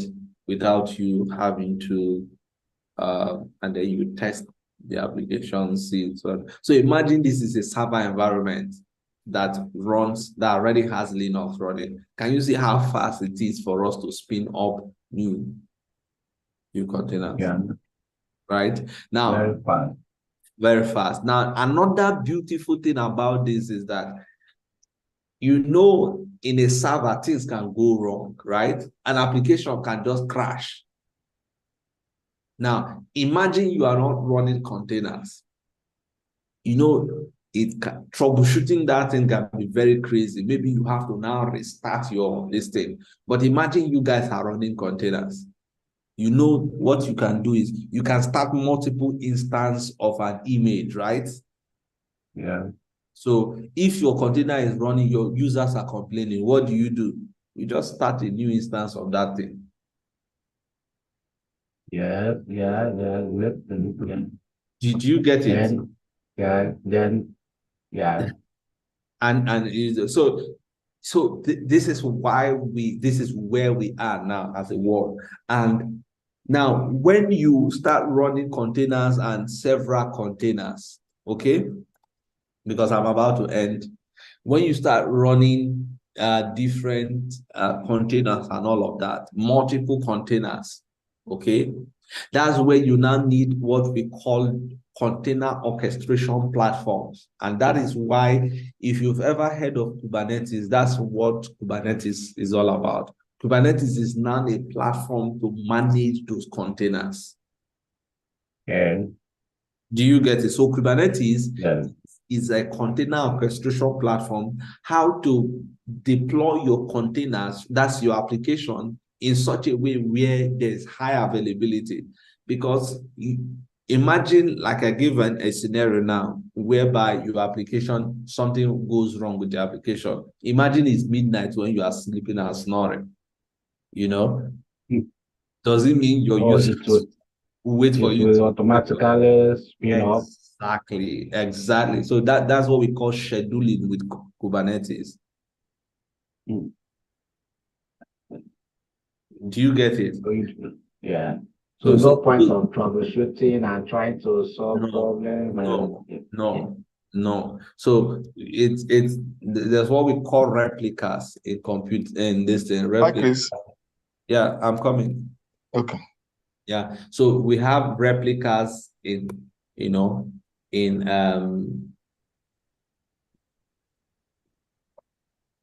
replicas in Kubernetes deployment. Now, what happens is this. So the concept of replicas, it creates that thing, and then it allows it to run like this one now. This is a deployment that is created with 3 replicas. What happens is that it's going to run this Nginx server or this thing, Nginx app with 3. It's going to make sure that there are 3 instances of it at every time. If you want only one to be running, you can put one. What happens is that if for any reason anything happens to it, it will restart another one. Do you understand? So Yeah. I can't go into all of the details of this thing, unfortunately, in this introduction course, but I wanted to introduce it to Ross. But where I want us to stay and do a few things is on Docker. But if you've heard of Kubernetes, I don't want you to finish this course and, oh, Chris never told us anything about Kubernetes or Docker. No, it's there, but it's something that it's a bit advanced. I'll be honest with you. But I've already given us the next 6 months, what I want us to do in that 6 months.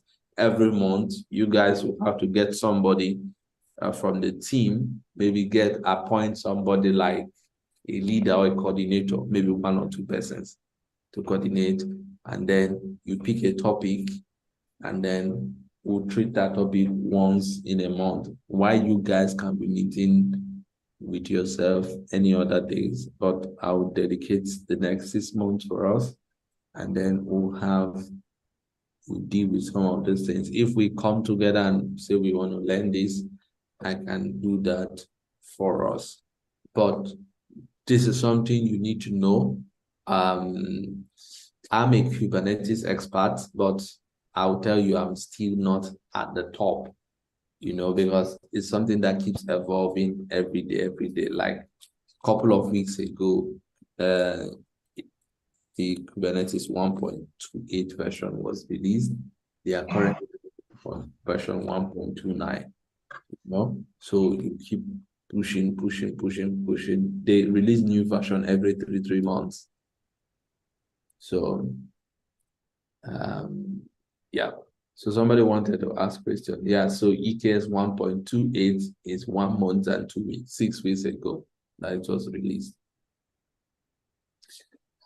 All right. So before we go into the installation of Docker and the setup of it, all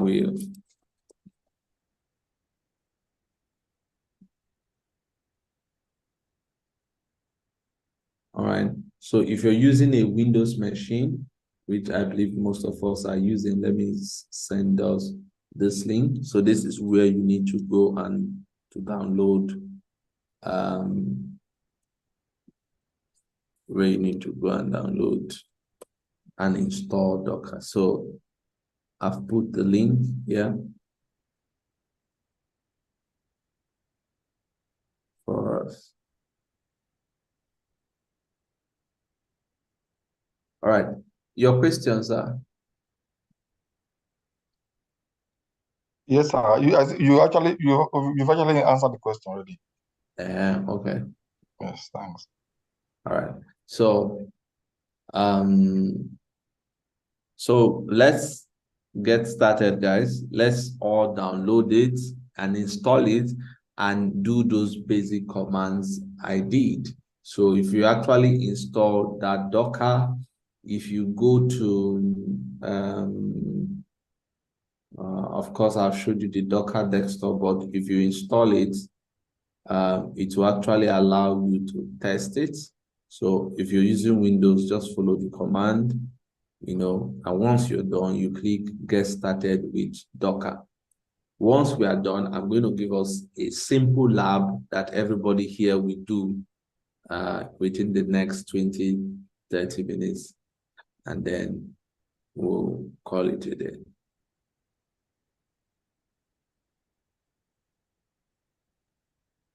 Rich, is it the install Docker desktop that we click? Yes, sir.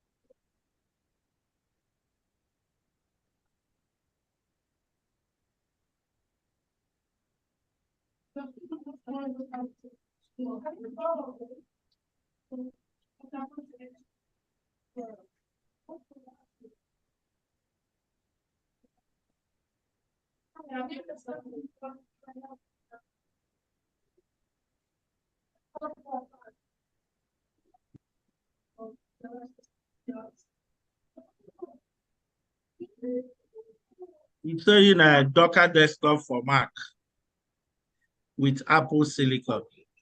You don't have a Mac, and click Windows and go and download the one for Windows. Or have you bought Mac? So when I click on install Docker desktop, that's what it's showing. You click the wrong one.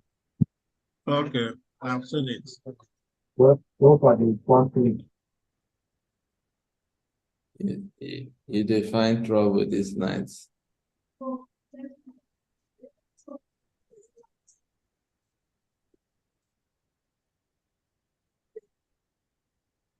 Mr. Edu.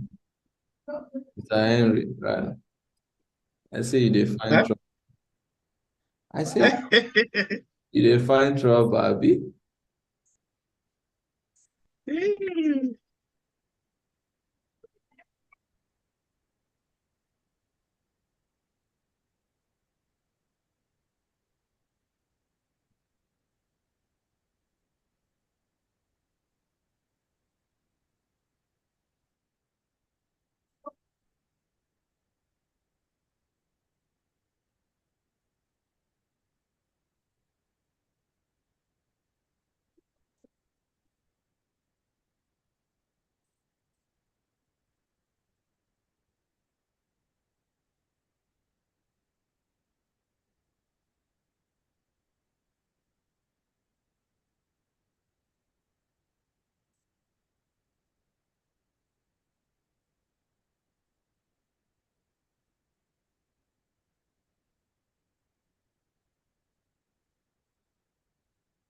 Two more minutes, please.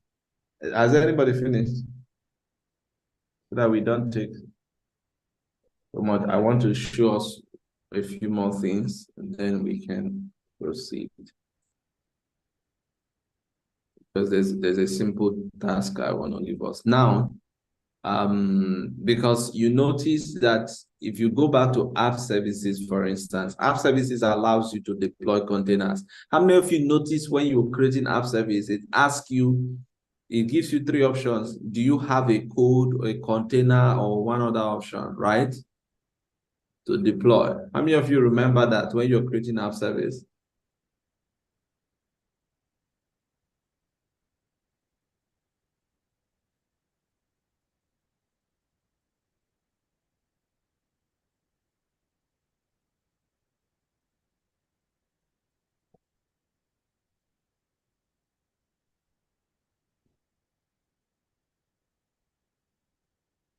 I know you remember.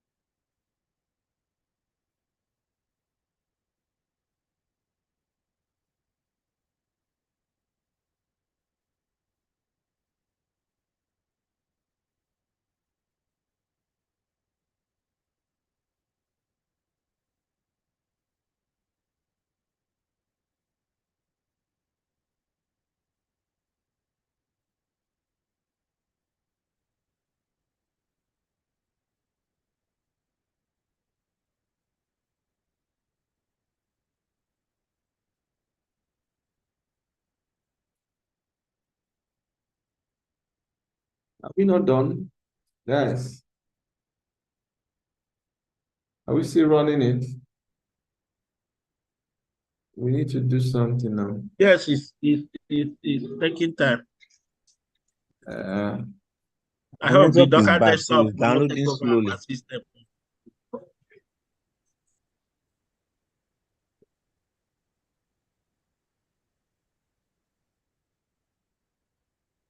Wow. Please, I hope after now we can still use this system for other things. Yeah, we are changing your system now to beast mode. Yes, because I'm seeing this Docker desktop Yeah. unpacking so many things. So are you saying those things is unpacking now is what your container, your this thing will tomorrow you notice that your computer will now, so when you now run a container, your container already has everything it would have been requesting for. Okay. Did you get the idea? All those things Docker is bringing is because Docker is a big guy. He comes with, it's like, I'm the master of everybody. Whether you are Node, whether whatever language you are coming from, I'm here. I got your back. Do you get it? Okay. That's the idea. So that's why we use it. So Docker is that engine. It's an open source. So it has everything anybody we ever think of needing. So you just come with your application. I'm here for you. So that's why it runs and spins up. So you see, that's why Docker needs to be running. You see that's what the daemon does. So the daemon needs to run whenever you want to do a Docker run. If not, even though Docker is installed, if that daemon is not running, it's a problem. So you see, it's running on top of your host operating system. So after this, are we going to install the daemon too, or it comes with this installation? Are you forgetting what I'm saying? That means you didn't understand what I said. You've installed Docker. Is the daemon that's installing now. So it's just a running instance of it is what we call the daemon. Okay. Yeah. So once you want to run Docker, you just go and start that Docker daemon. And yeah. Or think about it like Docker desktop. But the desktop is just a fancy way of putting it. But it's my have instead. Sorry? I've succeeded in installing my own. Okay. I've also set up the account. Oh, you've set up Docker Hub account. Wow, perfect. Beautiful.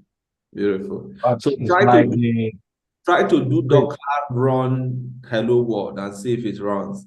So if you've been able to run that, then congratulations. You are now a container master. You are now a master in containers. It's like you need subscription. No, you Mr. Chris, you don't need subscription. On your local machine, that's what I'm saying. Run Docker run hello world. I ran it, it's saying unable to find the image. Hello world later. Did you do Docker run? Then don't worry, now it's still running. If it doesn't find it, it will now go and get it. So that's it. So when you run it for the first time, it will not find it in your local machine. So meaning it checks if you have the image. If you don't have it, then it will not start. If you not continue, it will pull the image. So I should say Docker pull. No. It's still running now. It has not stopped. It has stopped. Denied request share your access. screen, please. Just share your screen.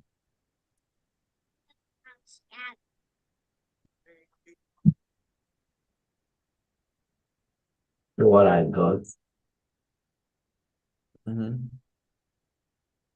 You wrote hello world now. Say hello world, not hell world. Oh yeah. I'm sorry.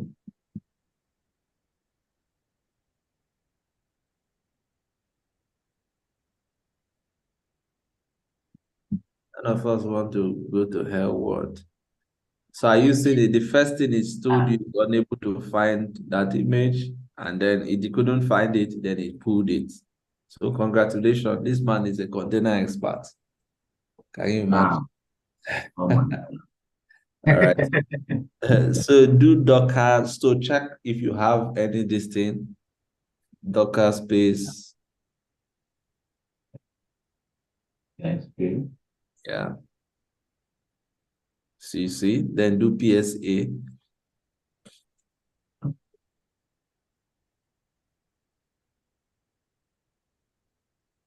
Are you saying? So do Docker, do Docker image exactly. So do Docker image.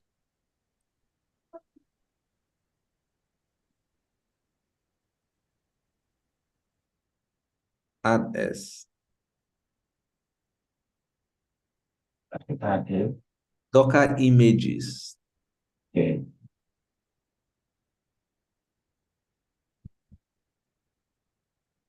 Yeah. So just 1 second. Yeah. So try to run Ubuntu, for instance. So you are using a Windows machine. You notice how you quickly use without going to install and do all those things. Yes. Without, you imagine you are running two operating systems now. Now How slow your machine will be, but meanwhile, you can run Ubuntu and it's just running very, very small. You finish those.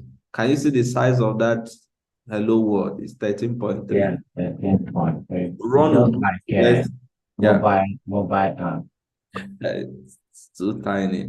So run Ubuntu, Docker run Ubuntu and see.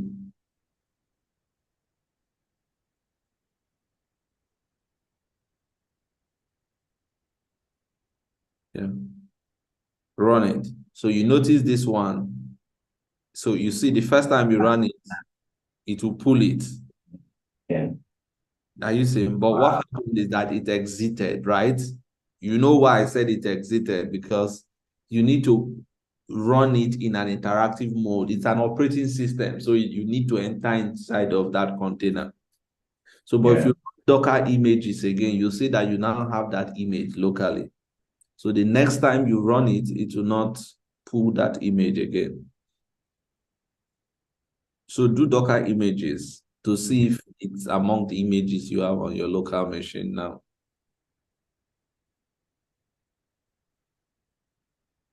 Yeah.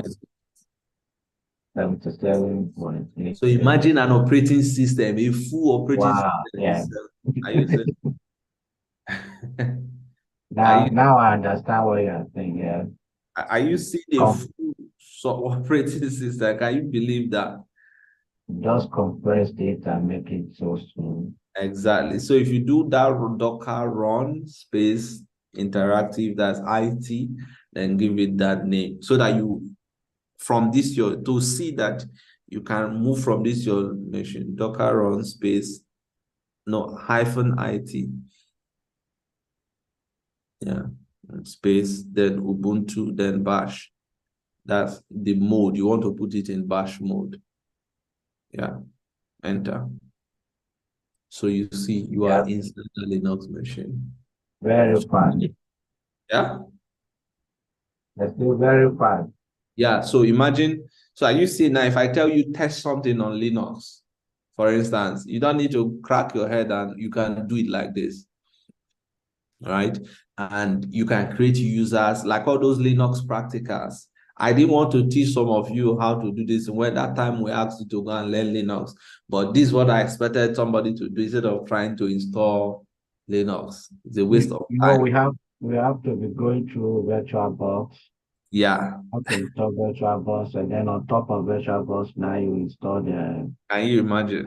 Ubuntu, which takes like a lot of space on your system. Yeah. Chris, did you ask me to restart my Windows? Restart. I hope. Yes, just restart and join again. That's what I did. Restart. You have to restart. Did you know what happened to your machine? Your machine has just been rebaptized. It's a very big application. Wow, I will now accept. Okay. Like OS, you see. Say use recommended settings. Okay. Finish. All right. So you are good and ready. So, I mean, if you understand, you can create a user, do stuff, install softwares here, even deploy application inside this instance, and you know. So I can be running Linux machine now on my Windows. Yeah, like that's what you're running now, of course. Yeah. You know. I really want to learn this, I'm not good at this language, but I want to learn it. And so if you do ls there, for instance, it lists all the directories. And then, of course, this is how you know you're in a Linux environment because it loads, at least you need the bin, the boot, the etc. You know, the etc is where it stores all the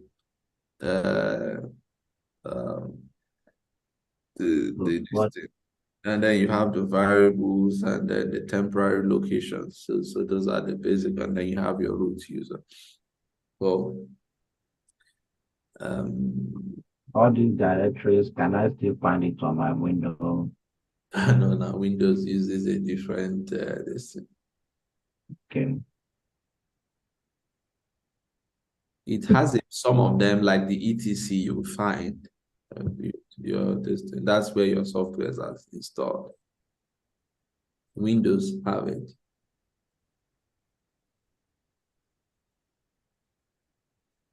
All right. So if you exit, Like what you're saying now, I can deploy like 3 Ubuntu's here.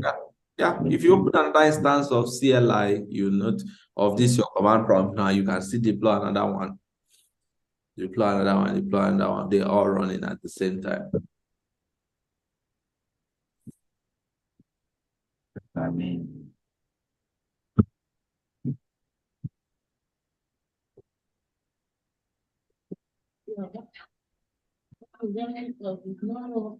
All right, are we all done? Are we all done? Because I want to show us a few more things before we end for today. No, Mr. Chris. Do I need to sign in on the container? Sign in. Where is container coming into this picture, sir? You have No, now. I restarted my system, and it brought me to this very place where they said Docker desktop. Then under it, I saw containers. I saw a kind of I don't know if I should share my screen and show you what I'm talking about. Chris, can you see where I am? I'm not seeing where you are. I shared my screen. Let's Sunday share its own first. Okay, Okay, I but should stop. This is but your exactly own where Docker I is running now. This is the Docker desktop I was talking about. So go to your command line now and start running Docker commands. So, but this is the Docker daemon running as Docker Desktop.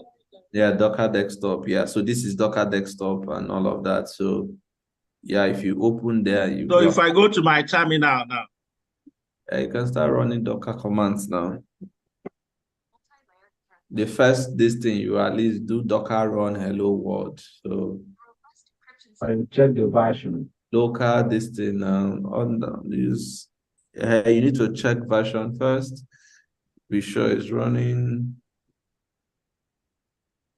Dash.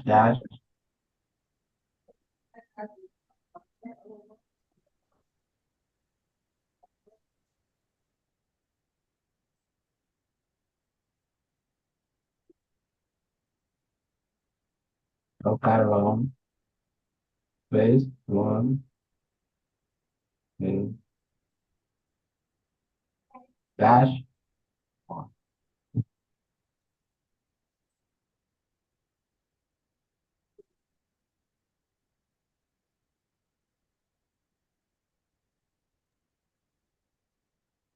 So is it good?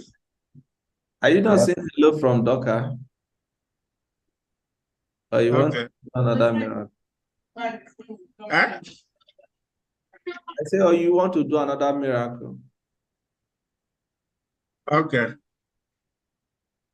So, Okay, appears to be working correctly. all right. So since 2 persons have done that, let's move ahead to let me show us one more thing. And then I'll allow us to do that. So all right. So any questions so far? Does it make sense so far? Is it interesting? Yeah. That's now need to use it too. I don't need to buy a different system anymore. No, that's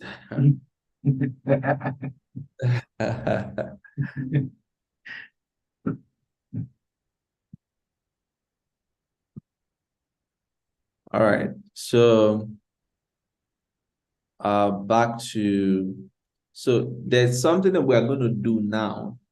All right.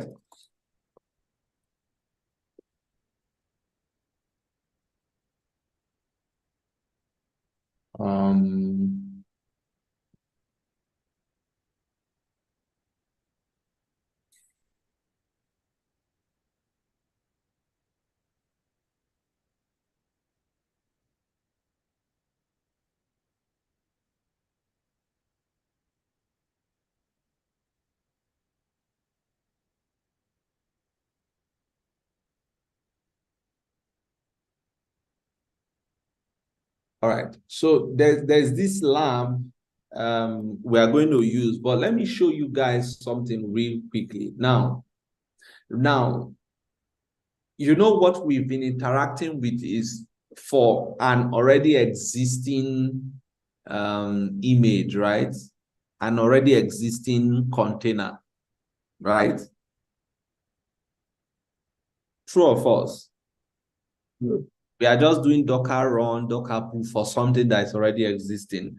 But let me show us this thing, and I'm going to send us this link, but so you are going to do it yourself. But it's a Microsoft lab for an already existing Python Django application, basically a web app. All right. So I'm going to clone that application. I'm going to clone that application just to, and the reason I'm doing that is to explain something to us. I want to use it to explain something. So I'm going to clone this. I'll send us the link. Now, when I clone that application, I will CD into that. So basically change directory into that environment. And I'm going to list that. Now, when Can you increase your screen a little more? Is it okay? Yes, it's okay. Yeah. All right.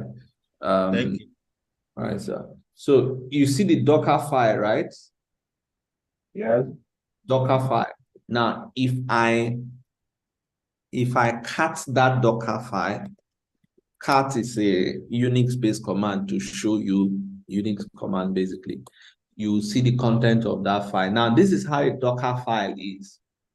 So this is how you containerize an application. Remember, if you look at this application, okay, let me open it with VS Code, code docs. So it doesn't look so, before somebody saying, why is this thing looking so? Now, this is the application.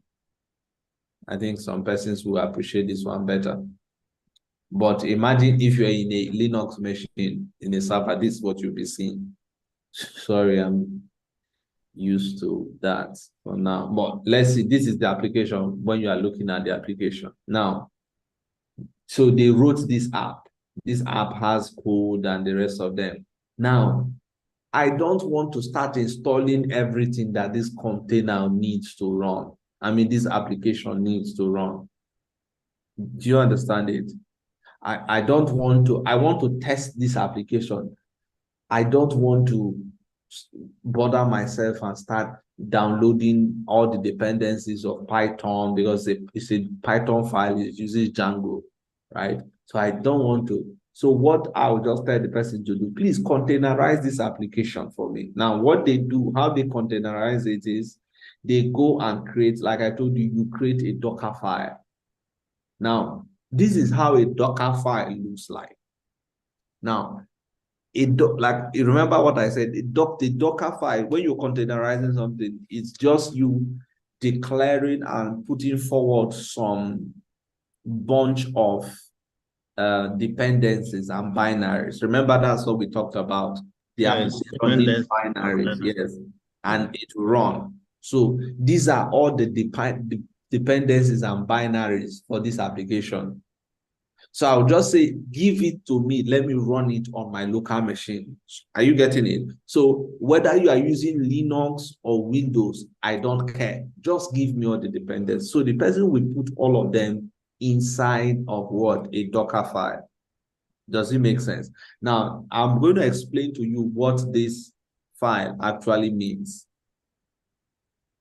All right.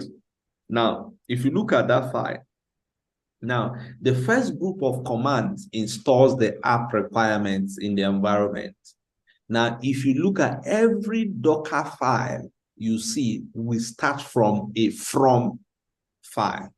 The first word you will see in every Docker file is what is a from. Now, what is that from?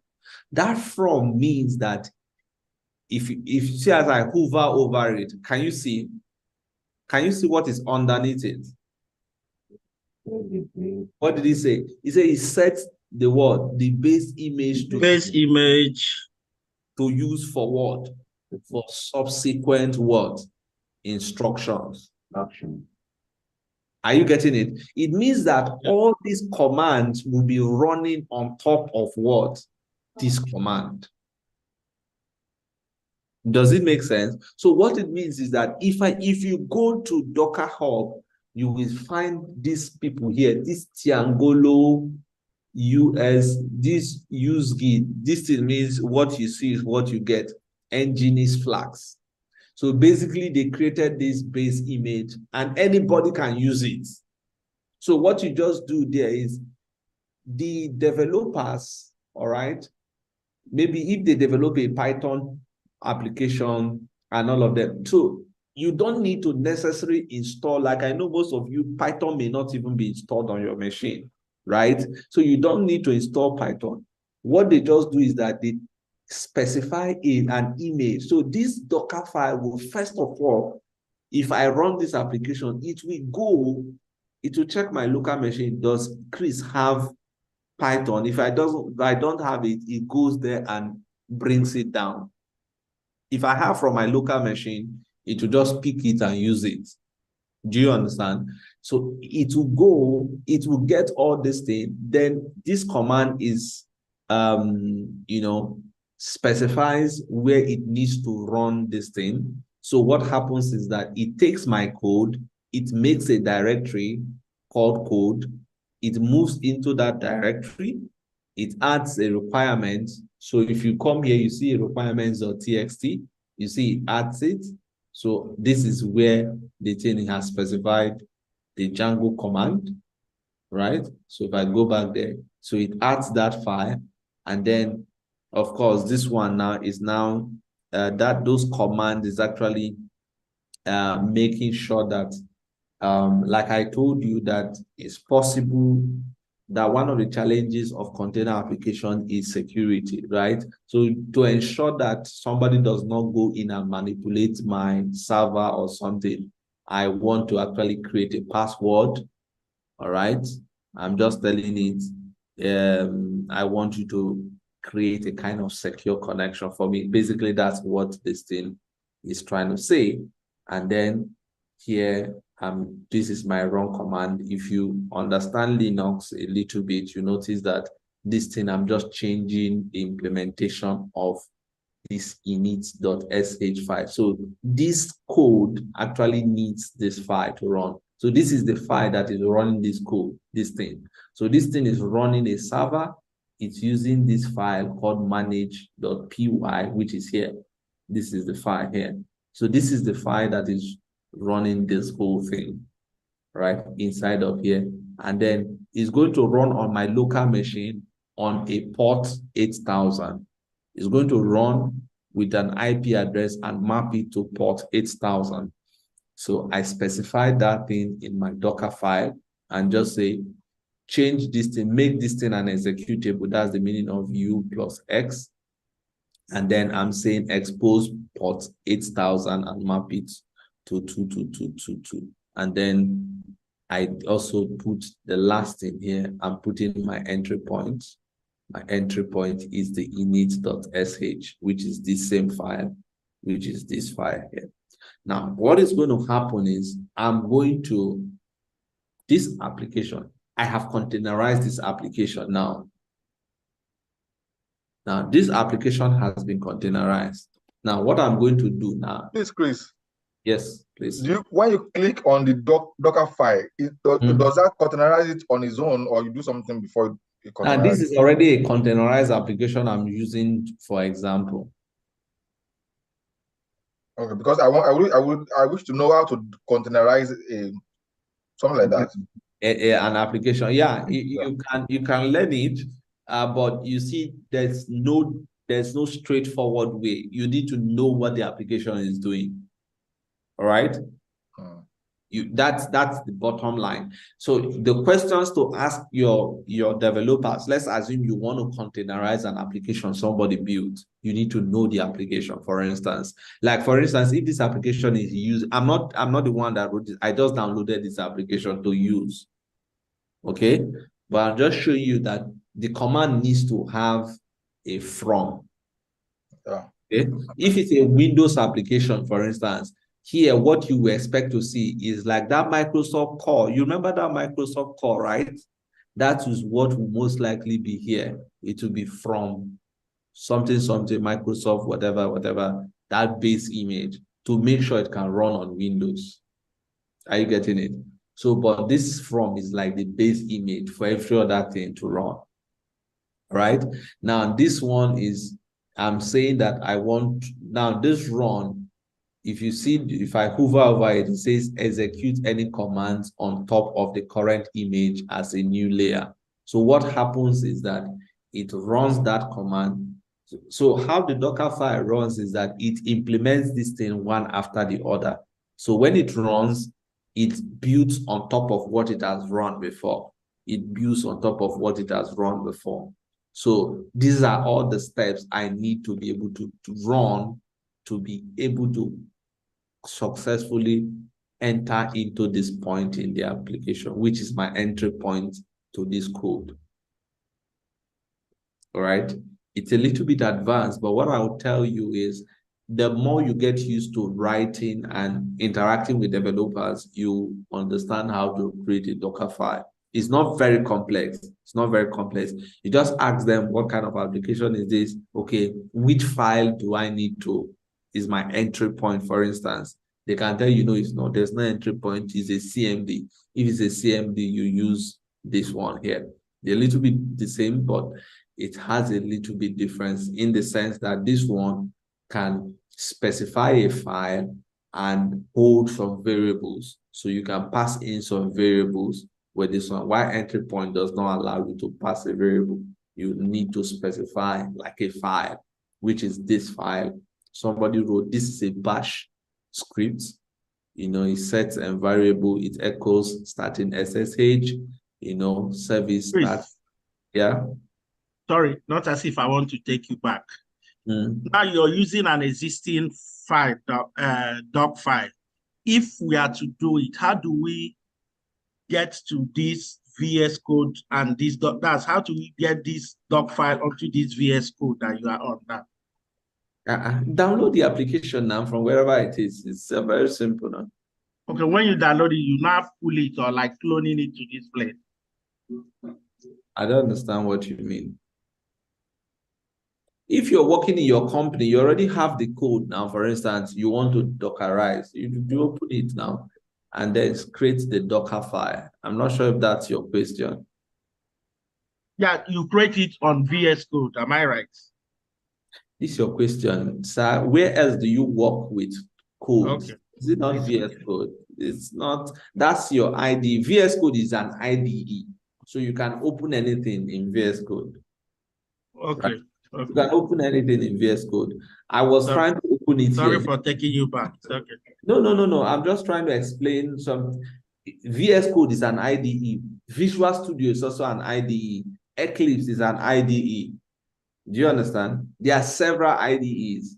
It's just that Microsoft has cloned almost everybody to use VS Code because it's very easy. But there are other IDEs. All right. So, yeah, you can, like here, I can also work with this same code. This is that same code you are seeing here now. Are you not seeing it? But I just feel if I start to explain it from here, you may feel I'm explaining gibberish. Okay. Do you understand it? So that's why I decided to open it in VS Code. VS Code, okay. So, but the point is, download your application, or if you are the developer, you need to create, what you need to know, you need to create a Docker file. So you don't need to, it's not complex. What I'm just trying to explain the content of the Docker file for you. But what I'm saying is you need to create a Docker file.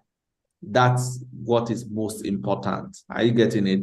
Create a Docker file. A Docker file begins with from. That's all you need to know. And the steps to run that application. I'm only explaining this one I downloaded. It is, okay. Outside there. That's the bottom of what we are. Thank you. Because I want to run this thing now and see what this person wrote. I'm not the one that wrote it. You can see his name is appearing here. Do you understand? So it's not me that wrote it. That is an Indian. Yes.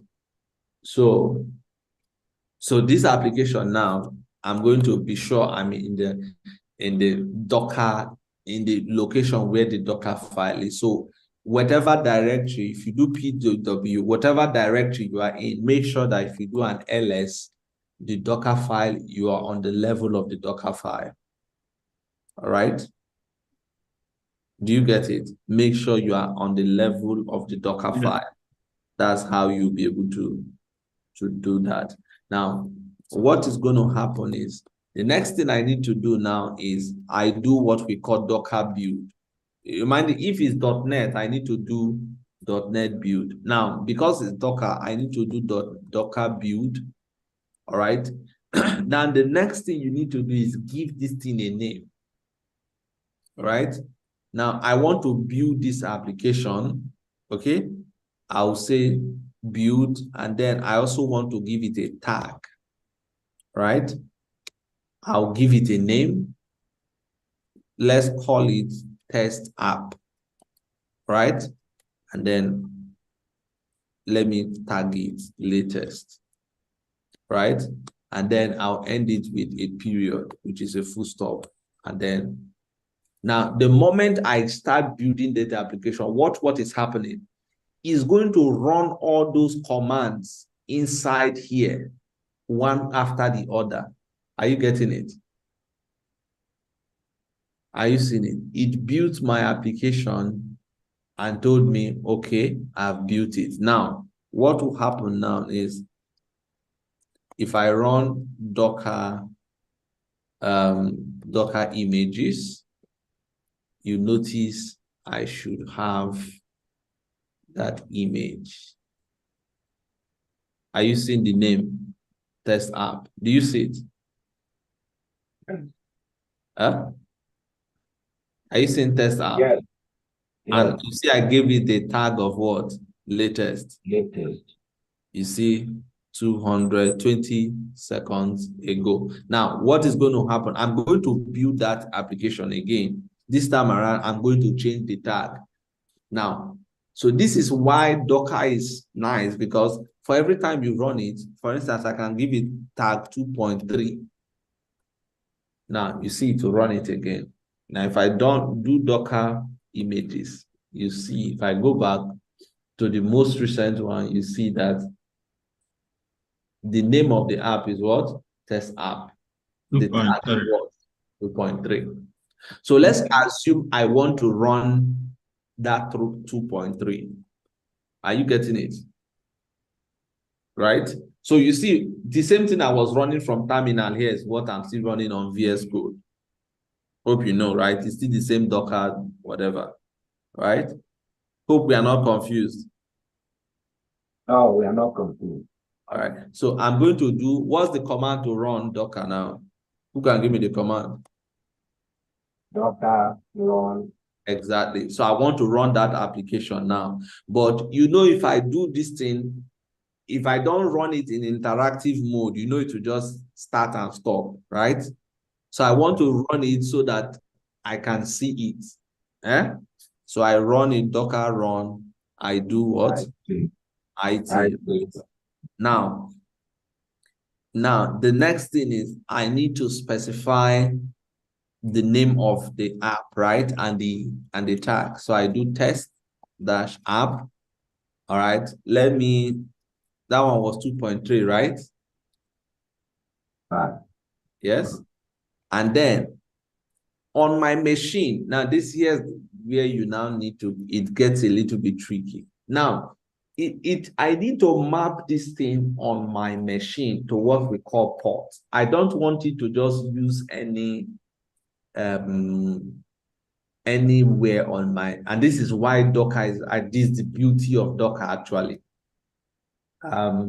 Now this application, let me go back here. This application is actually, if I go to the Docker file, you see that this application actually runs on port what? 8000. It's exposing port what? 8000. So I'm going to say, okay, I want you to map, I use -p. -p is port. I can use dash dash port or dash P. Anyone. You can use dash dash, 2 dash port, or just 1 dash port. And then you say port 8000, that port, you want to map it to another port on your machine. So remember, containers, because Docker has like covered the background of your machine. Are you getting me? Docker like covered the background of your machine. So you are saying, I want to run this application. This container is going to be talking through port 8000. I want to be hearing it from this port, this. So I can decide to put any port number there, but here, maybe I'll say port 8080, just to show you that it's different. All right. And then I'll run that command. So you see, what happens is that it has started running that application. System checks, no issues, and all of that. You see, it's starting development at this. So I'm going to copy this thing. All right. I'm going to copy it, and then I'll open my web browser. All right. I'll paste that there. And sorry, what did I do? Sorry, Control C. I mapped the wrong port. So it's supposed to be 8080, which is my host port to my container port, 8000. So I'm going to run it. And then, yeah. Let me see that.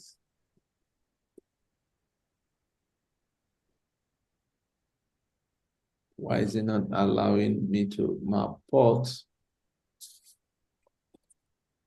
Okay, let me map it to the same 8,000 to 8,000.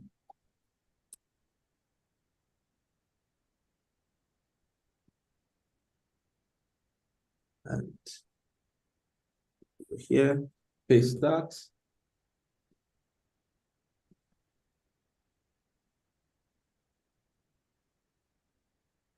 What is going on?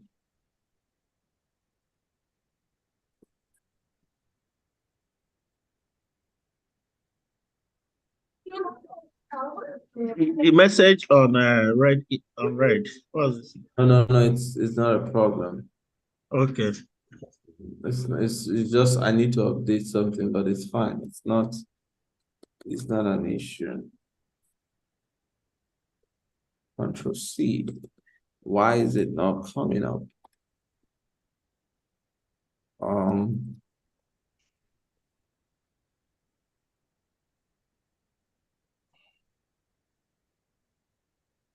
Let me see if it started. Okay. It actually started and ended. So let's see what happened there.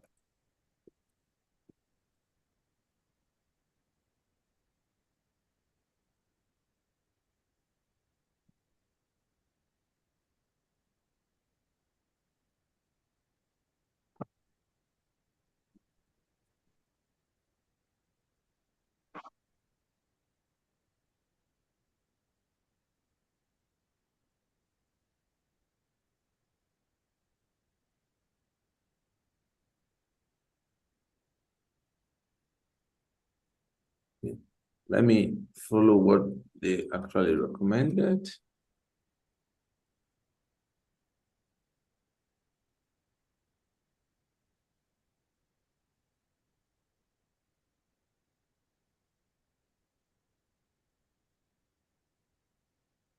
Right. So actually, I'm not sure what is the difference between what I did and what they did in their tutorial, but bottom line is, this is the application. This is the code that is actually running build, deploy, scale, whatever, get started with app service on Linux. If we actually go to that code you see all those things we are seeing inside of there. So it comes up with not a linear spacing, but this thing. So you can see that command here: build, deploy, scale application faster. Get started with app service on Linux, for instance. You see, it's serving that application. So let me edit this thing now, for instance, and go back. So I come here. If I do Control C, I stop it. So if I refresh this thing, for instance, you notice it's dead. So let me edit this thing, guys, and get started. Let me edit it and just say learning Docker with COILS Academy. All right. So let's save that. And again, because you've saved it, you need to first of all do a build. So I'm going to do a build of that. And once everything is okay, so it does the same thing, get all the dependencies, and then you do a Docker run of that. And then if I go back to that and refresh it this time around, you see,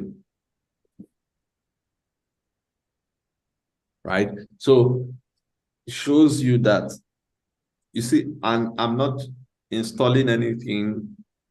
I'm not installing any web server or anything. Just because I have Docker, I can use Docker command to run that application. And I'm sure. And now if I take this thing, the next thing would be for me to actually push this thing to a registry, like Docker Hub, for instance. So what I now need to do is I need to log in to my Docker account, Docker Hub account, all right? And so what I need to do with my Docker Hub, I think I signed in that time. So I will do a Docker.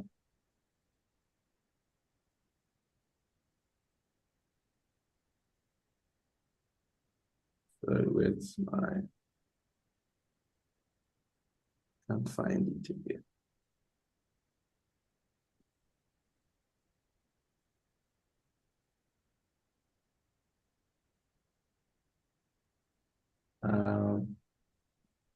All right, I don't want to take our time again, but I think it's Docker login. I'm trying to remember my username, legacy codes. Let's see. Legacy codes. Let's see.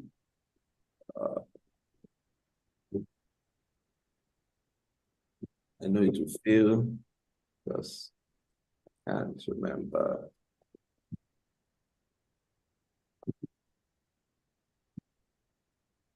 Yep, can't remember. I can't find it on my screen again.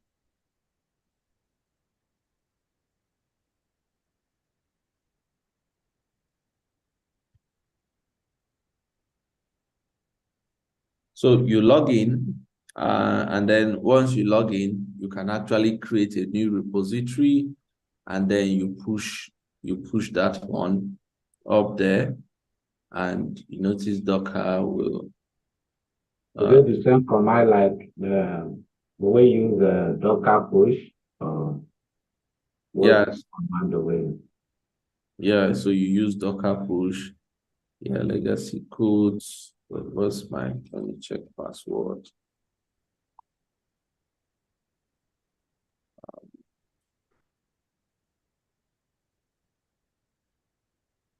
Let me see if I can log in. Our time is gone, so, but I'm trying to see if I can.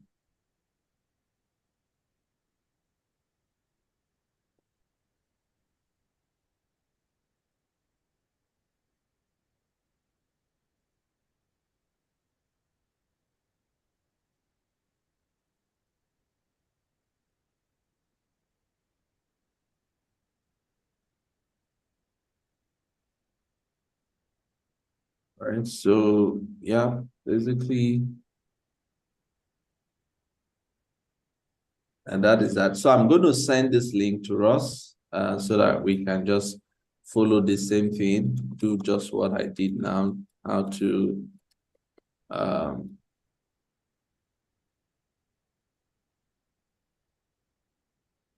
check and create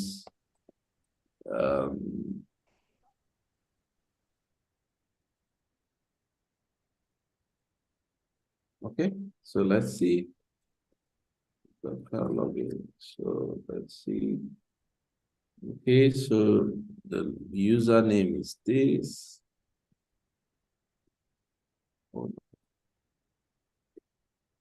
Password is this. So everything looks good. You say login succeeded. All right. Okay, so I'm going to create a new repository. I'm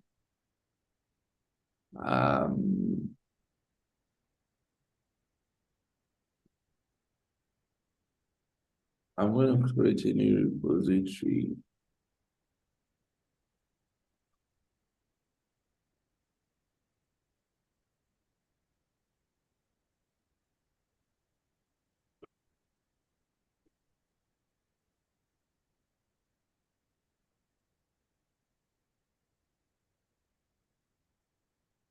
All right.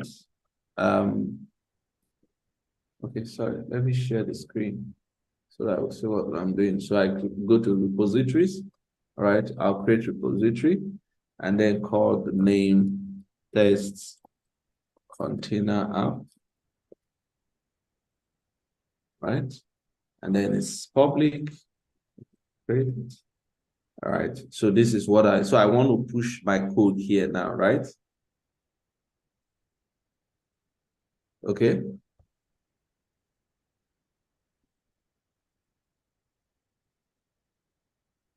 Are you guys with me? Yeah. All right, so I'm going to push that this thing there. So I've logged in there. So what You can see the command line. Okay, yeah, now. Yeah, so I'll go back there. So once I'm signed in, so I need to run. So this is the command they said I should run. Docker push to that stuff that's so I'm going to do it like this and push to this. So this is my username, right? This is the name I gave it, right? Test container app, my repository name, right? And then the tag name. So it's going to be in this format, right? It's going to be in this format. So what I'm going to do is, remember I already ran it. If I just run this command, you see this push refers to repository docker.i, an image does not exist locally with tag legacy. So meaning I need to actually do another command to actually tag that stuff. So I'm going to do docker tag and then give it that name, that full name, right? Docker tag this, okay? Okay, and then put this and call it maybe latest hyphen, and then Docker tag requires two arguments, tag, create the tag,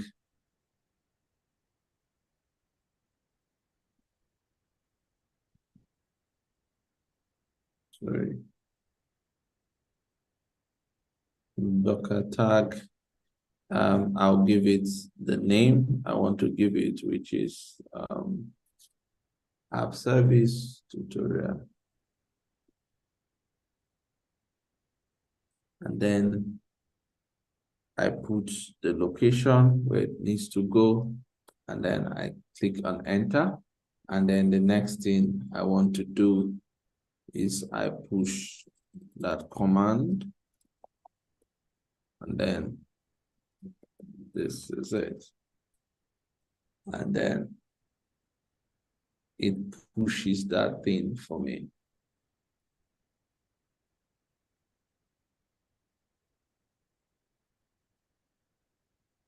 So it's pushing that thing to my repository. So let me share my screen back here. And then if you watch this, you notice that something should be happening. Yeah. Yeah. So you see it.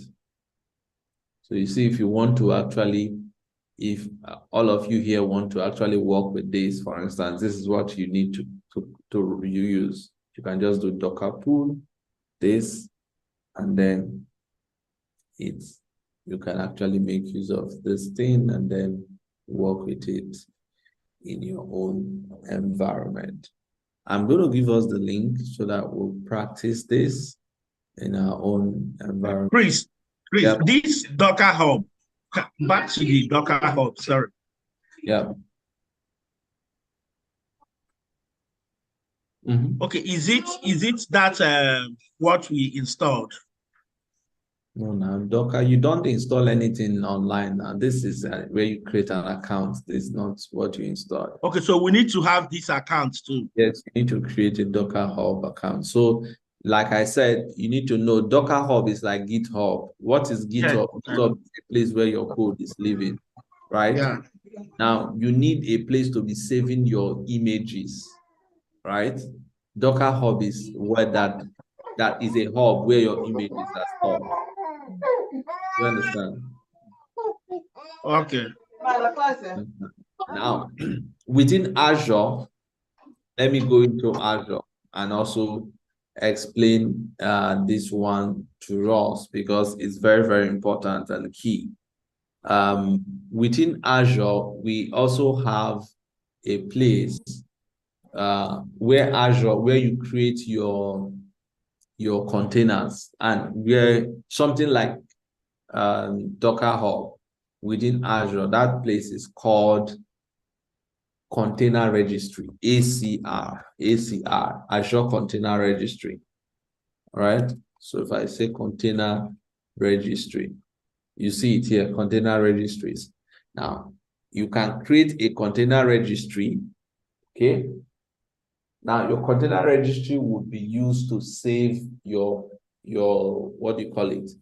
Your containers, those your images. Do you get it? So Azure Container Registry allows you to build, store, and manage what? Container what?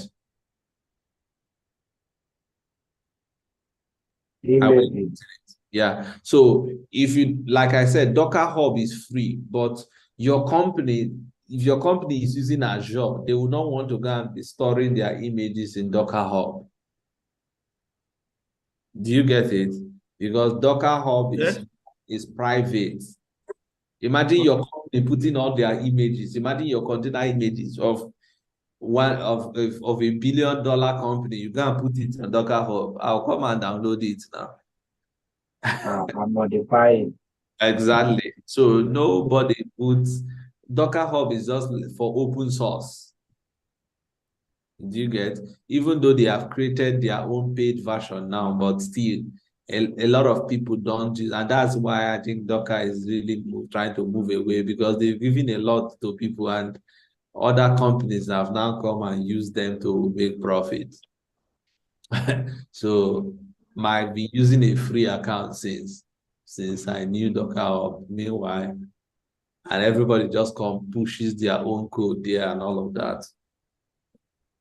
Okay, so that is it.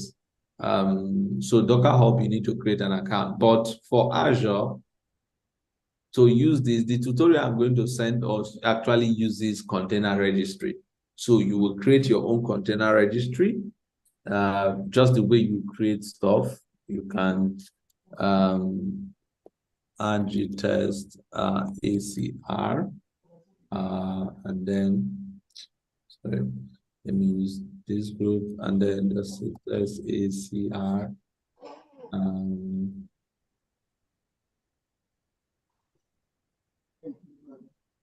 And then put it in this region, standard. I'll use basic. Please, when you are creating your use basic networking, you can select this, and then encryption, you just use all the default, review and create, and then just create it. So you see why I told you the foundation of everything we've done from the portal, all of you can create this. I know this is probably the first time most of you are hearing of container registry, right? But you see, it's something you can quickly create. You can create this, and then it stores that. And then you notice that same code, right? I can still push that same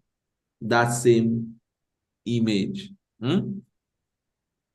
to my container registry. All right. And then it will run there. So I'm going to give us this what I was trying to do now.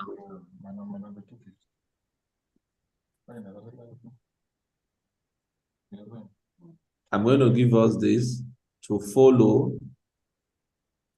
All right, this link to follow. What I was just doing there, I was trying to follow that lab. Sorry, somebody is talking. Are you talking to us, or you're talking to a family member? All right, so here is that code I'm actually following. This thing is actually from Microsoft public document. So do the same thing. Just everybody download Docker. You've downloaded it. Make sure Docker is running. Then you go clone this environment, clone that application, CD into it, and then you can take a look at this, build it, run it locally, and then it will give you this stuff. So once you do that, you can now go, you can either decide to use the portal or the CLI. You create a container registry, and then you push that image to the container registry. And then this is what I want you guys to do, to now deploy this app, right? Deploy that container application to a web app. So create a web app, and in that web app, select Docker container. Does it make sense? So when you're creating the web app, create a web app and select Docker container, and then deploy that stuff. And you will notice that you are able to deploy a web app. Please don't put on log analytics when creating this stuff. Don't put on app insights. All right. Any question?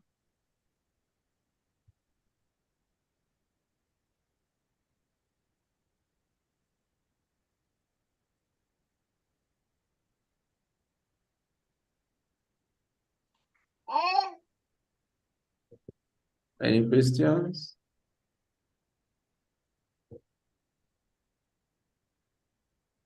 Was it too intensive? Is it going to be a homework or an assignment? I'm checking. It's do that within the week because our time is up. So let's do that within the week.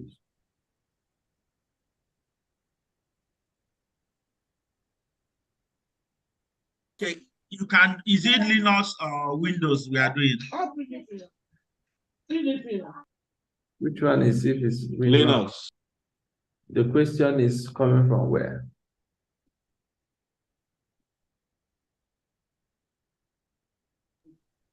Huh? Okay. Yeah, so if you are using Windows, okay, I get your question. From your asking based on the assignment, huh? Yes, based on the assignment. It's showing yeah, so Linux container or Windows container. So you notice that your container, your machine actually has Windows. So those of you who are running Windows, right? You notice you can switch from Linux to Windows. Have you noticed that? Can you share your screen? Anybody with Windows machine, share your screen. Let me show you guys something.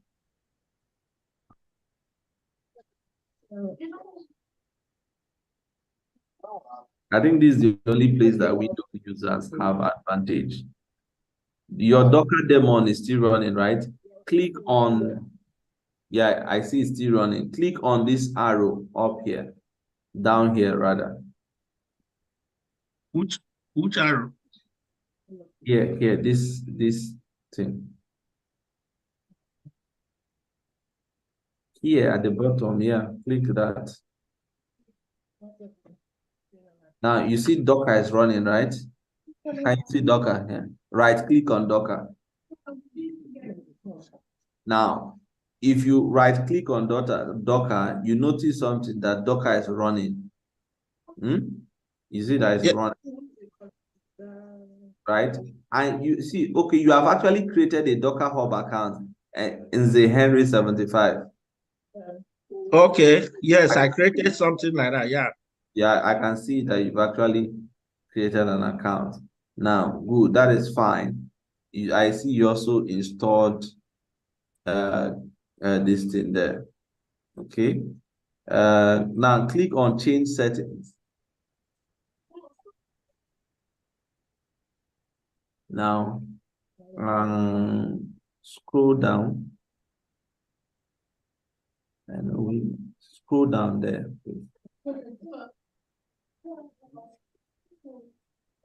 No, now on that Docker environment, that pop-up that came up, that Docker, not this web app you are clicking. Just go back there and click. Yeah, click on this. Yes. Scroll down here. Now. Sorry. Click on it. Click on it. Click on it and scroll down. Yeah.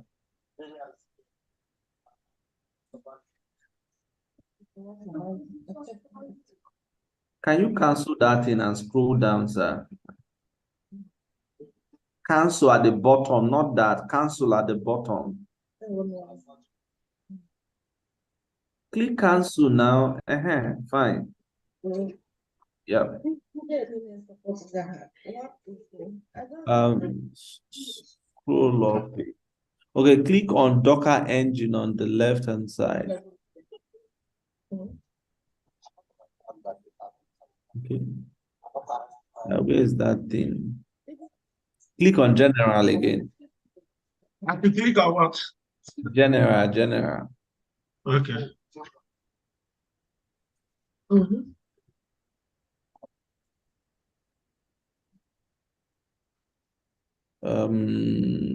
I'm not sure why. Scroll down gently. Okay, cancel that stuff.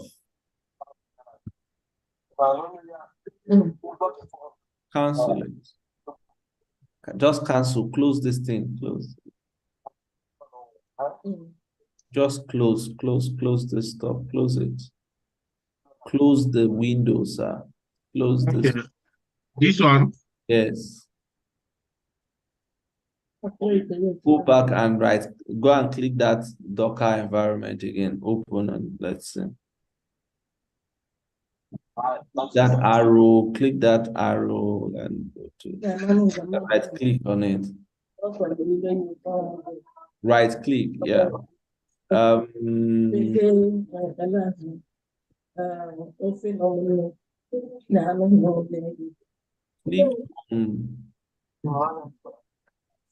Click on that your name first. Click, you see that arrow beside it. Yeah, click on it first. Okay, see upgrade account settings. Windows used to have an option to switch to either Linux or Windows. I'm not sure why I can't see it here again. Click on extensions, come down to extensions and hover over it. Okay, so it does browse 3 new, manage, create settings. Come to Kubernetes, let's see. It's graded out actually.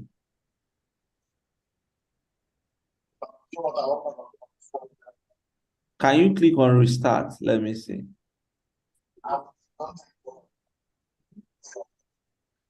Yeah, click restart.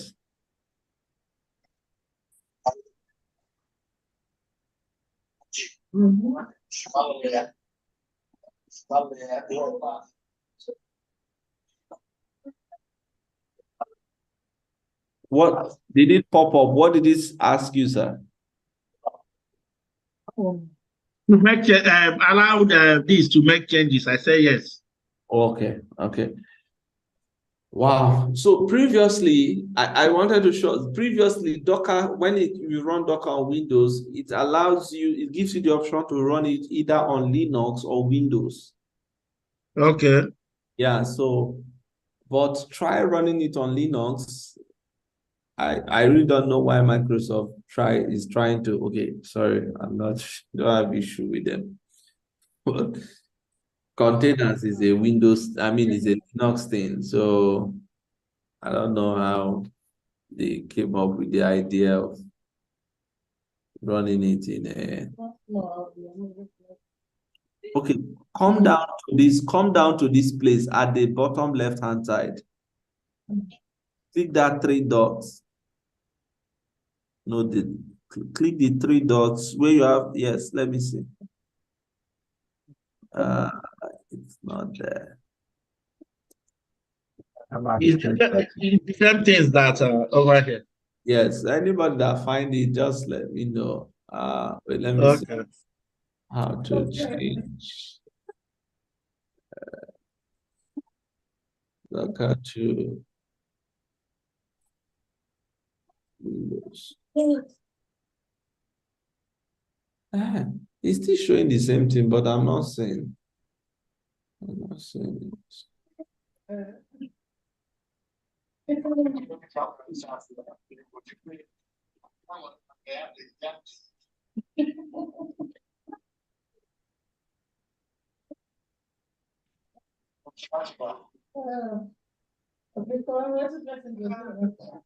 Okay, go back to click on change settings. Let me see.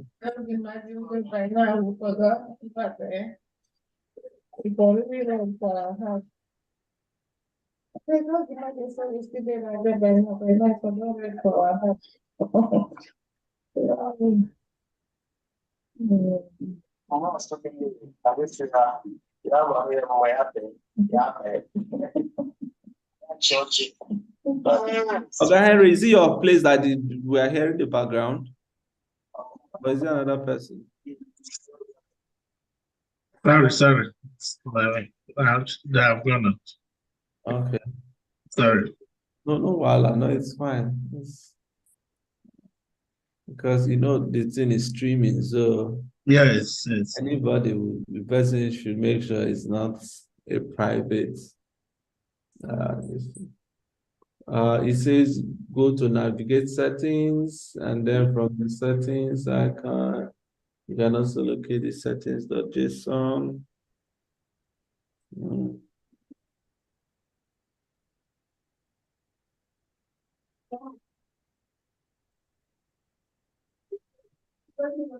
They're not coming up.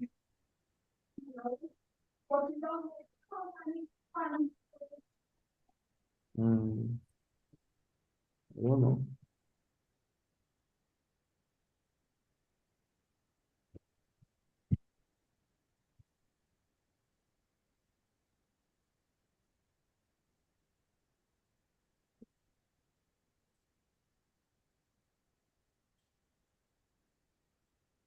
So I'm not sure where this thing is to. Normally, it used to be on that, like this one says to switch the Windows containers in Docker. Right click the Docker icon and switch to Windows container. Yeah, that's how it used to be before. Anyway, it's not a big problem. Just run it as this thing, guys. Try Linux. If it doesn't work, then we'll figure out how to do it. It's all right. It's all right. Let me stop sharing.